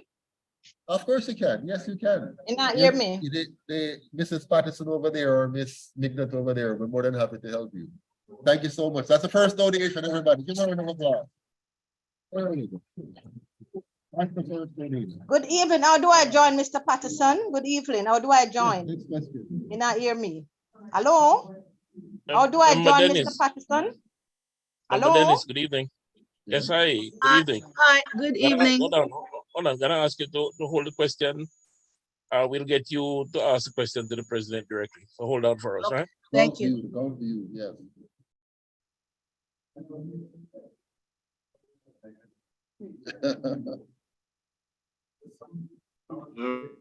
A member who just spoke, please raise your hand too, so that we recognize that you need to speak. If I have money, I love to buy drinks. Yes. Give it to strangers, you know, Yes. have a good time. And while walking on the hotel at night, one of the hotel staff, it's a dust. They don't watch you back. And Yeah. I really didn't like it. No, exactly. And guess what? I didn't bother to go to house. Yeah, it's so unsafe. It's unsafe. Yeah, In Jamaica, you know, that- exactly. If she's telling me to watch my back, you know. Yeah, you can't feel good about that. Yeah. I'm a guy, I come to think all the time. Yeah. It'll look up. Different strokes for different folks though. Yes, my brother. Yes. Yeah. Can you all hear online? Can you hear? Can you hear? No, All the right, so audio. next gentleman here. Next. Oh, you go first. Yeah, all right.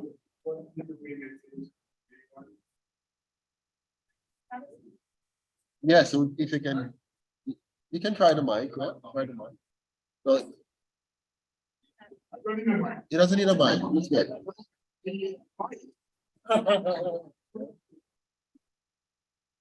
Go ahead. 5 minutes. That's too long, that's too long. 5 minutes is too long. Oh,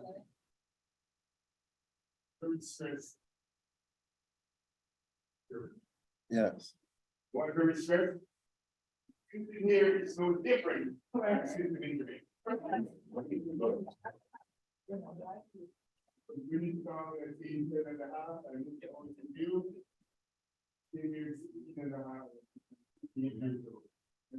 Here, is the same. Yeah.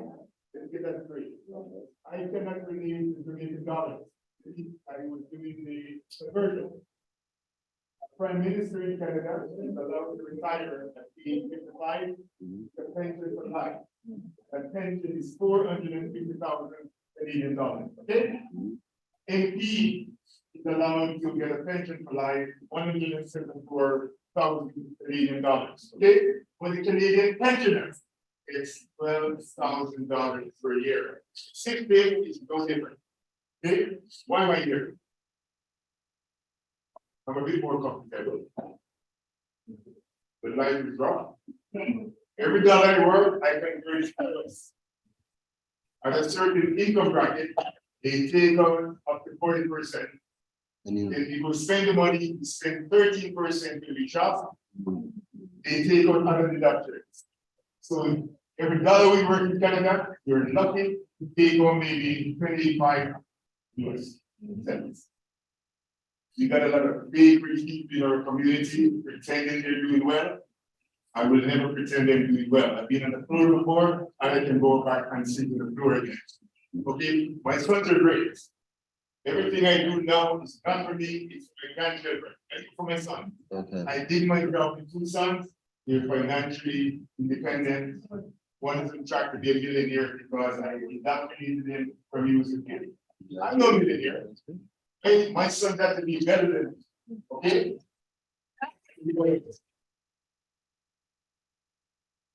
I use the equivalent of the Canadian pensioner in Canadian dollars, people.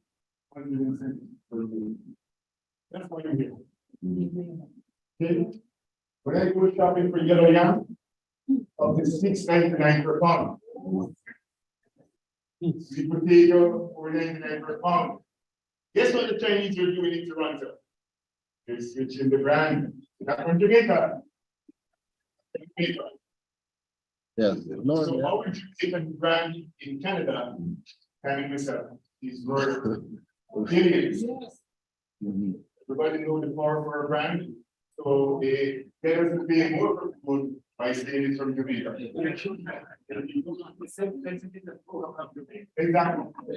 Now, I will be contacting the Jamaican consulate because I know which people are to the Skyline. Skyline is doing that.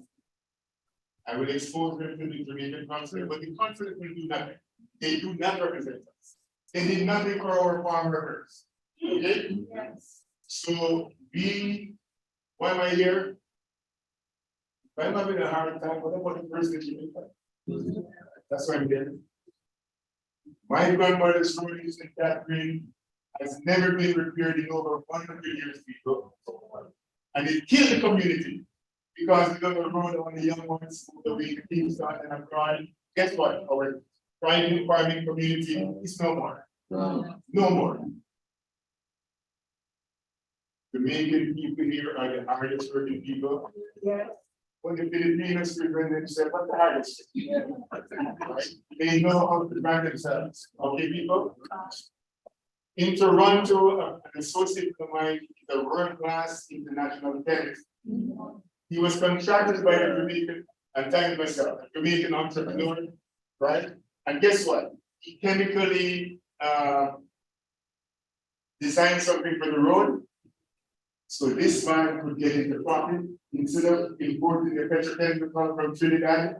This chemist was so great, he changed it so the road lasts longer. So we've got a talent here. Let me explain something, people. We have a mayoral race in front, right? I purposely embedded myself in a legal trust party.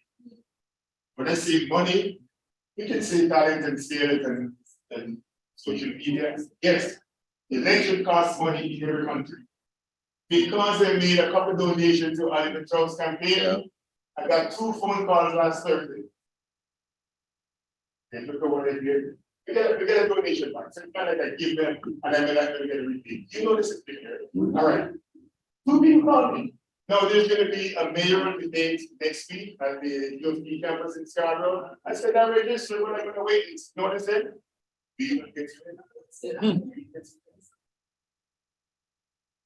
This mayoral race is going to cost $2 million. Election costs money. I did a calculation right here. If everyone contributed $1,000, that necessary to live over time. In this room, we raised 0.9 million Jamaican, and that's the bottom line.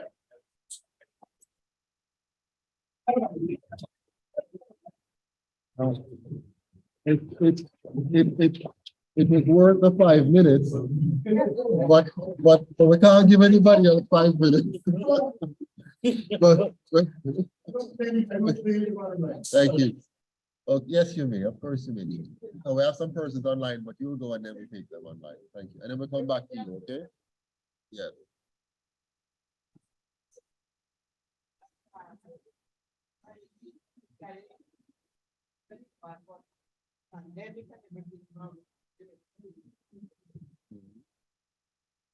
September, he came back, he can't visit.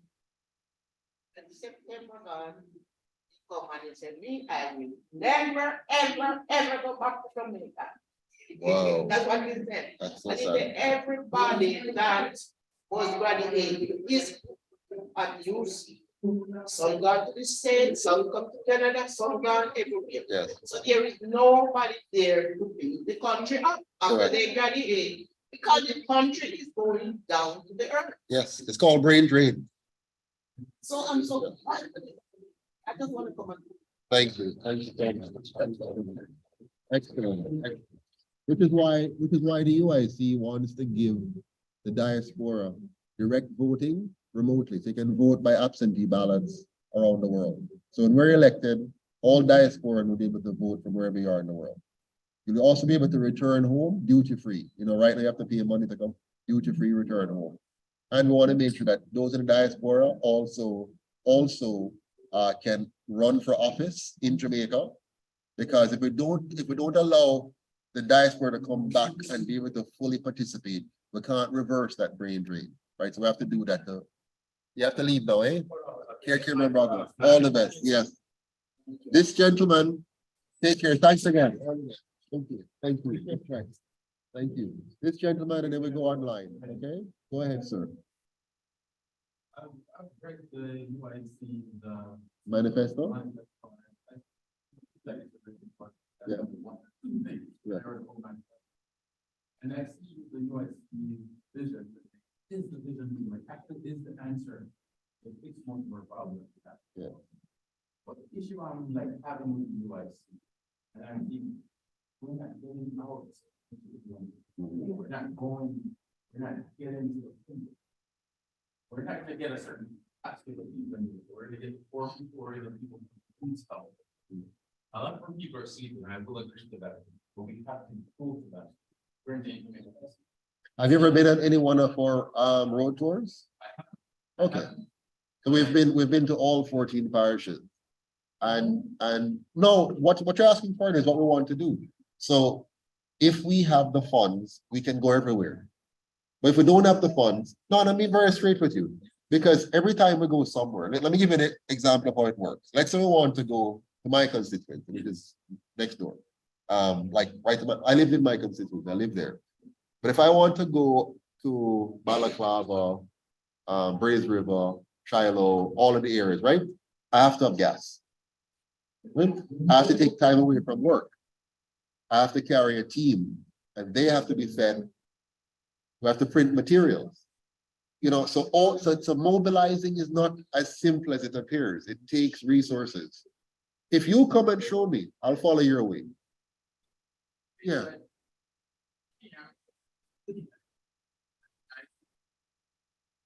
Yeah. Oh, I see it. No, but I just gave you one example. One, yes.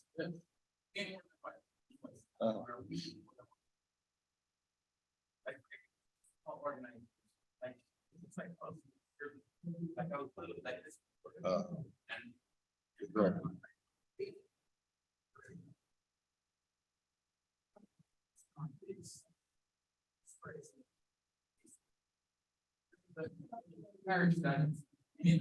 The breadbasket parish, yeah. Yeah. Yes. Yeah, from July, so it is. build from that aspect, say, you know what, we're gonna go out and just from your community or from my community. And we try to spread from people from there, try to educate them. A lot of our people are. Of course, I signed up 1,300 in that area. Yeah.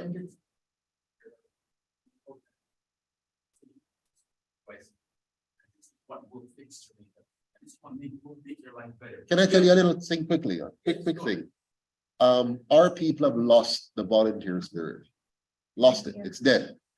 You see, here in Canada, you'll be able to find volunteers much easier than you would in Jamaica. And that's even slipping in Canada now.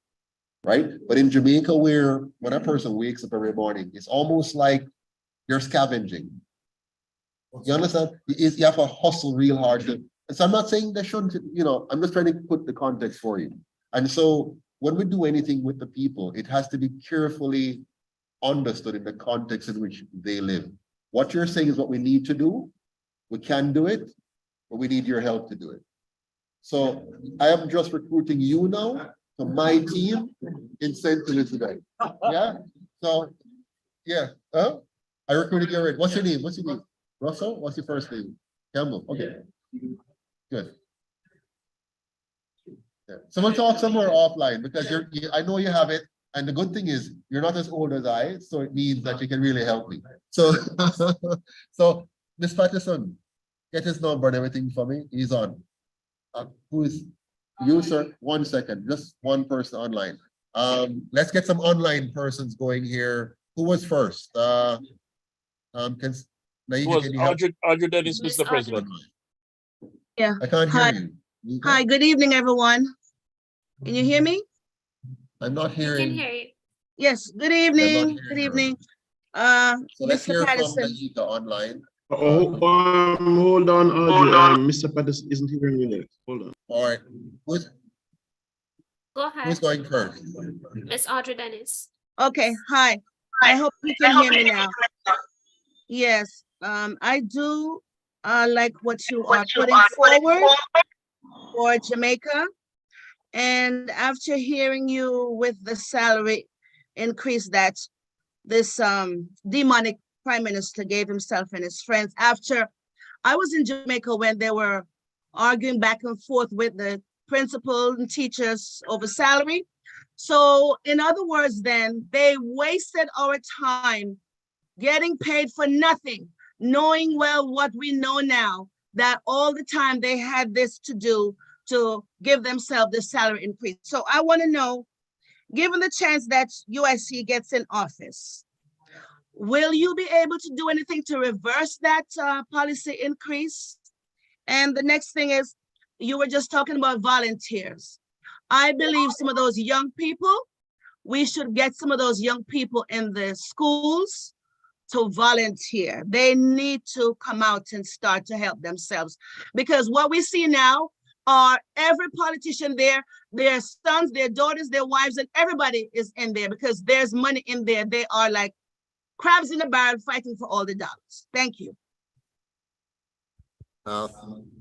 Thank you very much. Can you press mute for me? Just press mute and then you can unmute, mute and unmute. So thank you very much, Miss Audrey. Yes, we can reverse what has been done. It will not be a simple matter, but it can be done.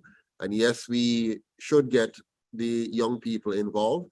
That's a challenge for a number of reasons, but we are going to work and we are working on that. Miss Graham, who's the next person? Sorry, go ahead, next person. Ms. Graham is the next person, Mr. President. Good evening, everyone. Good evening, Mr. President, Mr.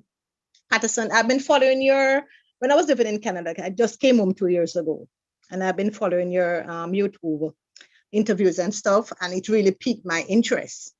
I am a nurse, senior lecturer at a community college nursing department, and I really want to get involved because I have some good ideas that I want to put out there, and I really want to get involved. From our Jamaican standpoint, I know the diaspora can help and we can all work together because I love my country and I know you love your country. That is why you are doing this, right? So I want to be partnership with people of like mind who want to get back our country to where it should be, because Jamaica Jamaica is a blessed island, and we are not going to sit down and allow criminals in high places and low places to continue to ruin our country. So I really want to get involved.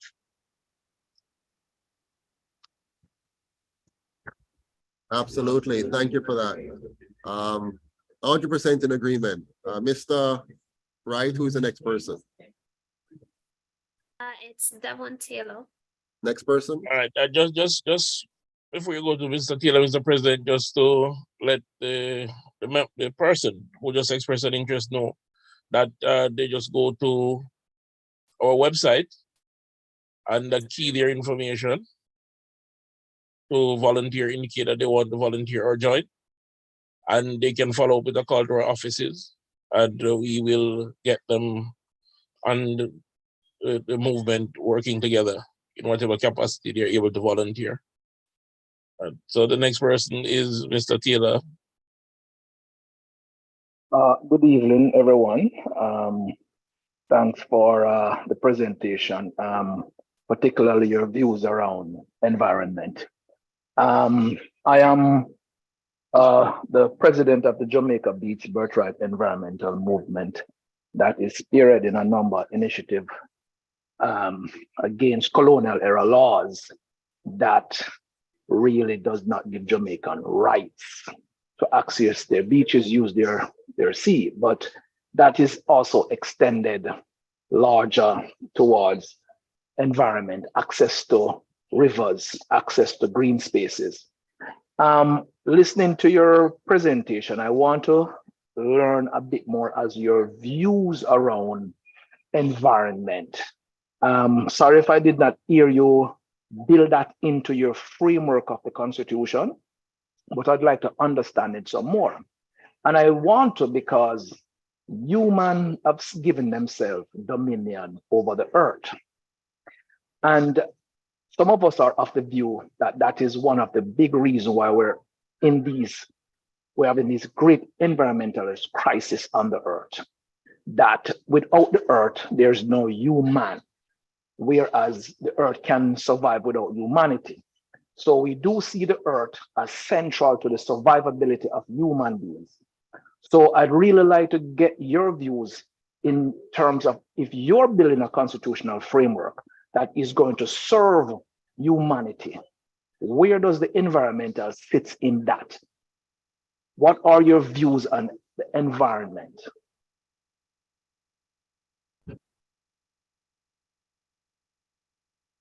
You're muted, Mr. President.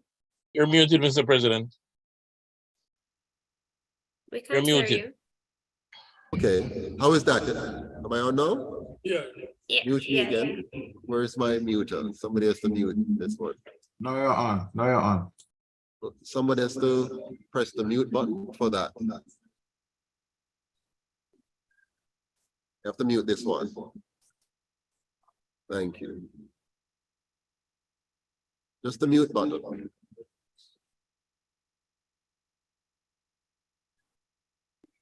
All right.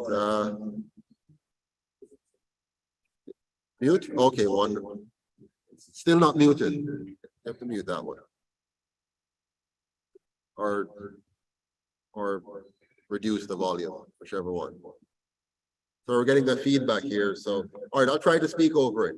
So, in short, the UIC believes 100% in protecting our environment. For example, we will be outlawing bauxite mining on the simple basis that it is non-renewable. Let me see here. Can you hear me? Can you hear me now? We're hearing you now, Mr. President. Yeah, good. All right. So we are 100% committed to protecting the environment of Jamaica, to meet the needs of the Jamaican people, and for us to have a sustainable lifestyle that is clean and healthy in terms of the food we eat, the water we drink, the air we breathe, and to ensure that we pass on the land, the earth, the environment in a way that is conducive for our children, and for generations to come. In short, that's our basic, position. So bauxite mining has to go, for example, because it's not renewable and it's destructive. Next question. Okay, so the next person would be Damian Johnson. Yes, thank you. Okay, so once again, really appreciate this opportunity to be on this town hall meeting. Good. And I just wanted to find out for the current issues that we're really having, what's the UIC position, plan of action in terms of dealing with the digital currency that Andrew and the labor ranks, and also in respect of the salary increase, what is the UIC's actual position on it and their plan of action in terms of activities? Just even a while ago, I'm listening to the news, and another issue now is that they are now saying that a prohibition order is now going to be made for people who use more water than they should use. I've never seen a government operate with such a level of insanity, uncaringness, uncouthness. I don't know. Well, I'm glad that I never supported them. I swear I really appreciate that. But I mean, they and the Labours must go. And I am saying that they must have a national protest come in the month of June. It's for the talking to cease, and that we must move towards an action in terms of forcing them to call an election this year, not next year, but this year, because it's people power going to have to force them to call it. You cannot have them when finally, as back to us to a point that you were making mention in terms of their arbitrary use of power. They have a minor opposition or a weak opposition in terms of the numbers. And I'm of the view legally and constitutionally that because of such minority, there are certain sensitive issues that needs to have an entire or almost a full representation of the opposition or the UIC as an alternative or independent senators and independent MPs.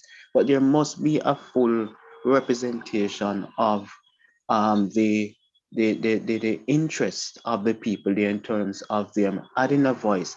They can't come and say because they have their 40 or 42 to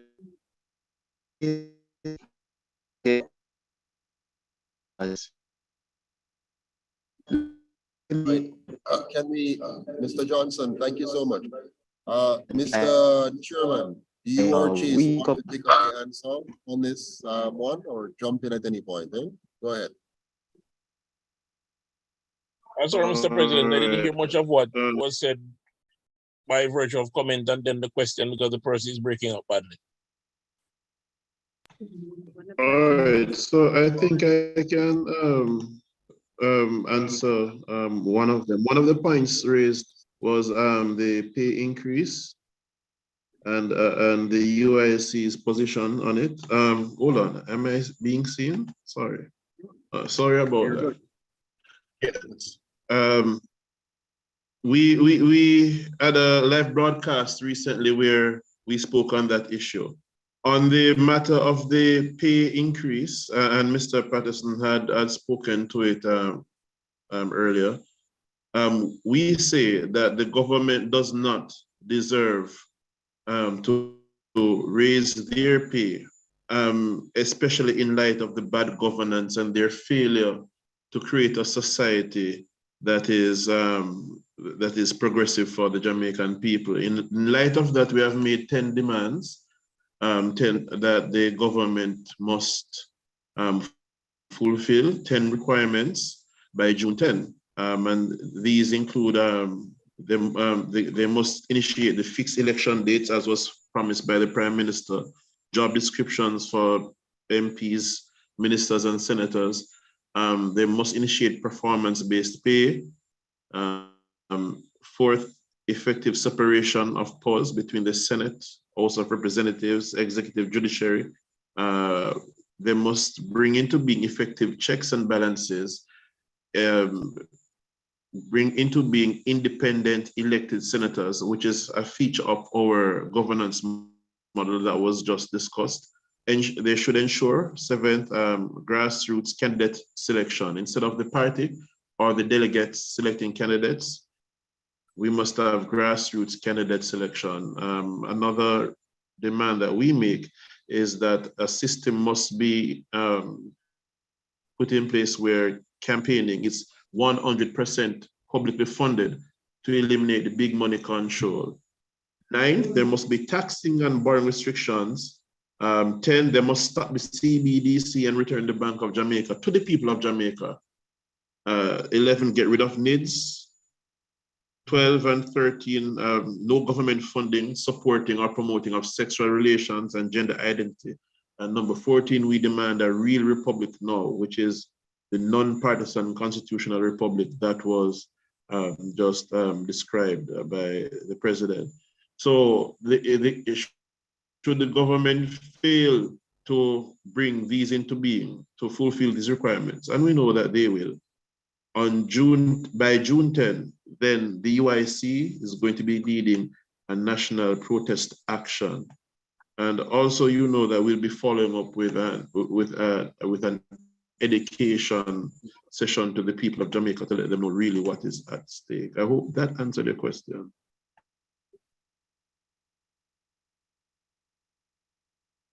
All right.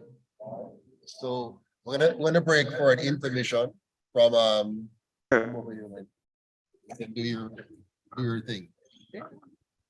Sit down in the chair. They have t-shirts. I know, but you're already. gonna talk to them while you're talking to them. Come right here. You don't have to sit down, okay? You can be seen either way. There you go. So go ahead and say what you need to say. I just want to introduce everyone to the UIC t-shirts. And right now we have 10 t-shirts, and we have polo shirts and the other one is what was it? Oxford. And they're 25 US. The polo and the Oxford is 35, right? 35 US. What's the conversion? What's the conversion? I like what I know. Well, because it's online at that price. What's the Canadian? Pardon me? What's the Canadian equivalent? Canadian. Sorry? $33, $35 Canadian. $35 So Canadian. the Oxford, the polos. 35 Canadian. Like this. The I'm gonna hold it 35 for you. Canadian. Yeah, I'll hold it for you. Yeah, and I'll hold it for you. I think we have. You're a moderate. Stand up. Just stand up. Here we go. Okay. Right, we're gonna come down to. Yeah. Okay, so here it is. So she has, if you want t-shirts or Oxford shirt, go see this young lady over here. All right. Young man, your question, sir. Thank you. Yeah. Yeah.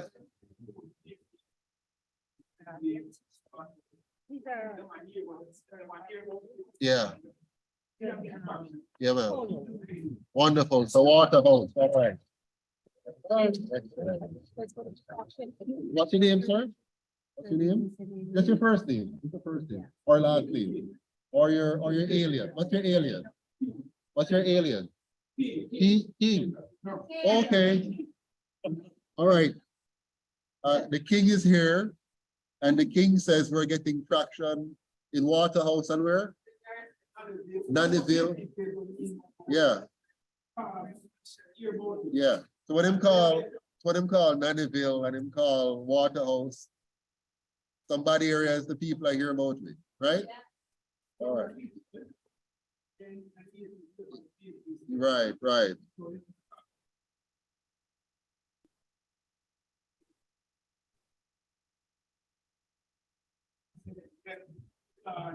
We're not push out yet. Yeah, we're not push out yet. Yeah. Yeah, man. And the push out is gonna come. As we raise more money, the push out is going to come. You understand me? Yes. Uh-huh. Yeah. Uh-huh. Okay. Mrs. P, get him number and stuff for me. And make sure we can connect. Yeah. Absolutely. Absolutely. Yeah, yeah. I spoke to Sizzler. Yeah. Yeah. Right, absolutely. Right. Yeah. Well, what we need is you to help us to push out the word to them. Yeah. Right. So what time do we? No. Okay. So, ladies and gentlemen, we're now out of time. The rent is up. Yeah. Yes. One comment quickly. Yes. Go ahead. Yes. Yes. Correct. Correct. Yes. No, they don't. Yeah. It's global. Yeah. Yeah. Yeah. Yeah. Yeah. Yeah. Right. Yes. Yeah. Yeah. Yeah. Yep. You just can't leave unless we tell you. Yeah. Yeah. Right. I know. Yeah. Yeah. Yeah, man, we have to find ways. And that's where diaspora groups come in, right? So if you come together, Circle Live, you come together, we can do it. All right. So, ladies and gentlemen, let,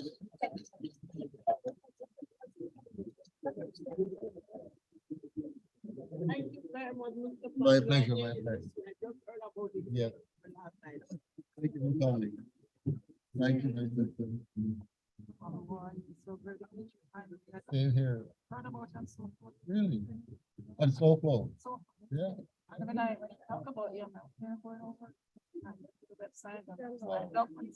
Thank you so much. Appreciate it. A pleasure. Pleasure. One last word. I choose the board of. That's fine. Yeah, you can go ahead. No problem. Yeah. Go ahead. Thank you.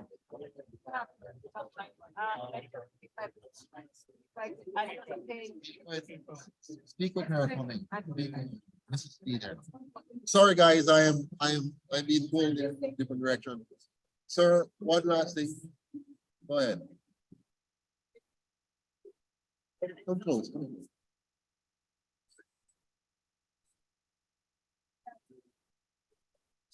Yeah.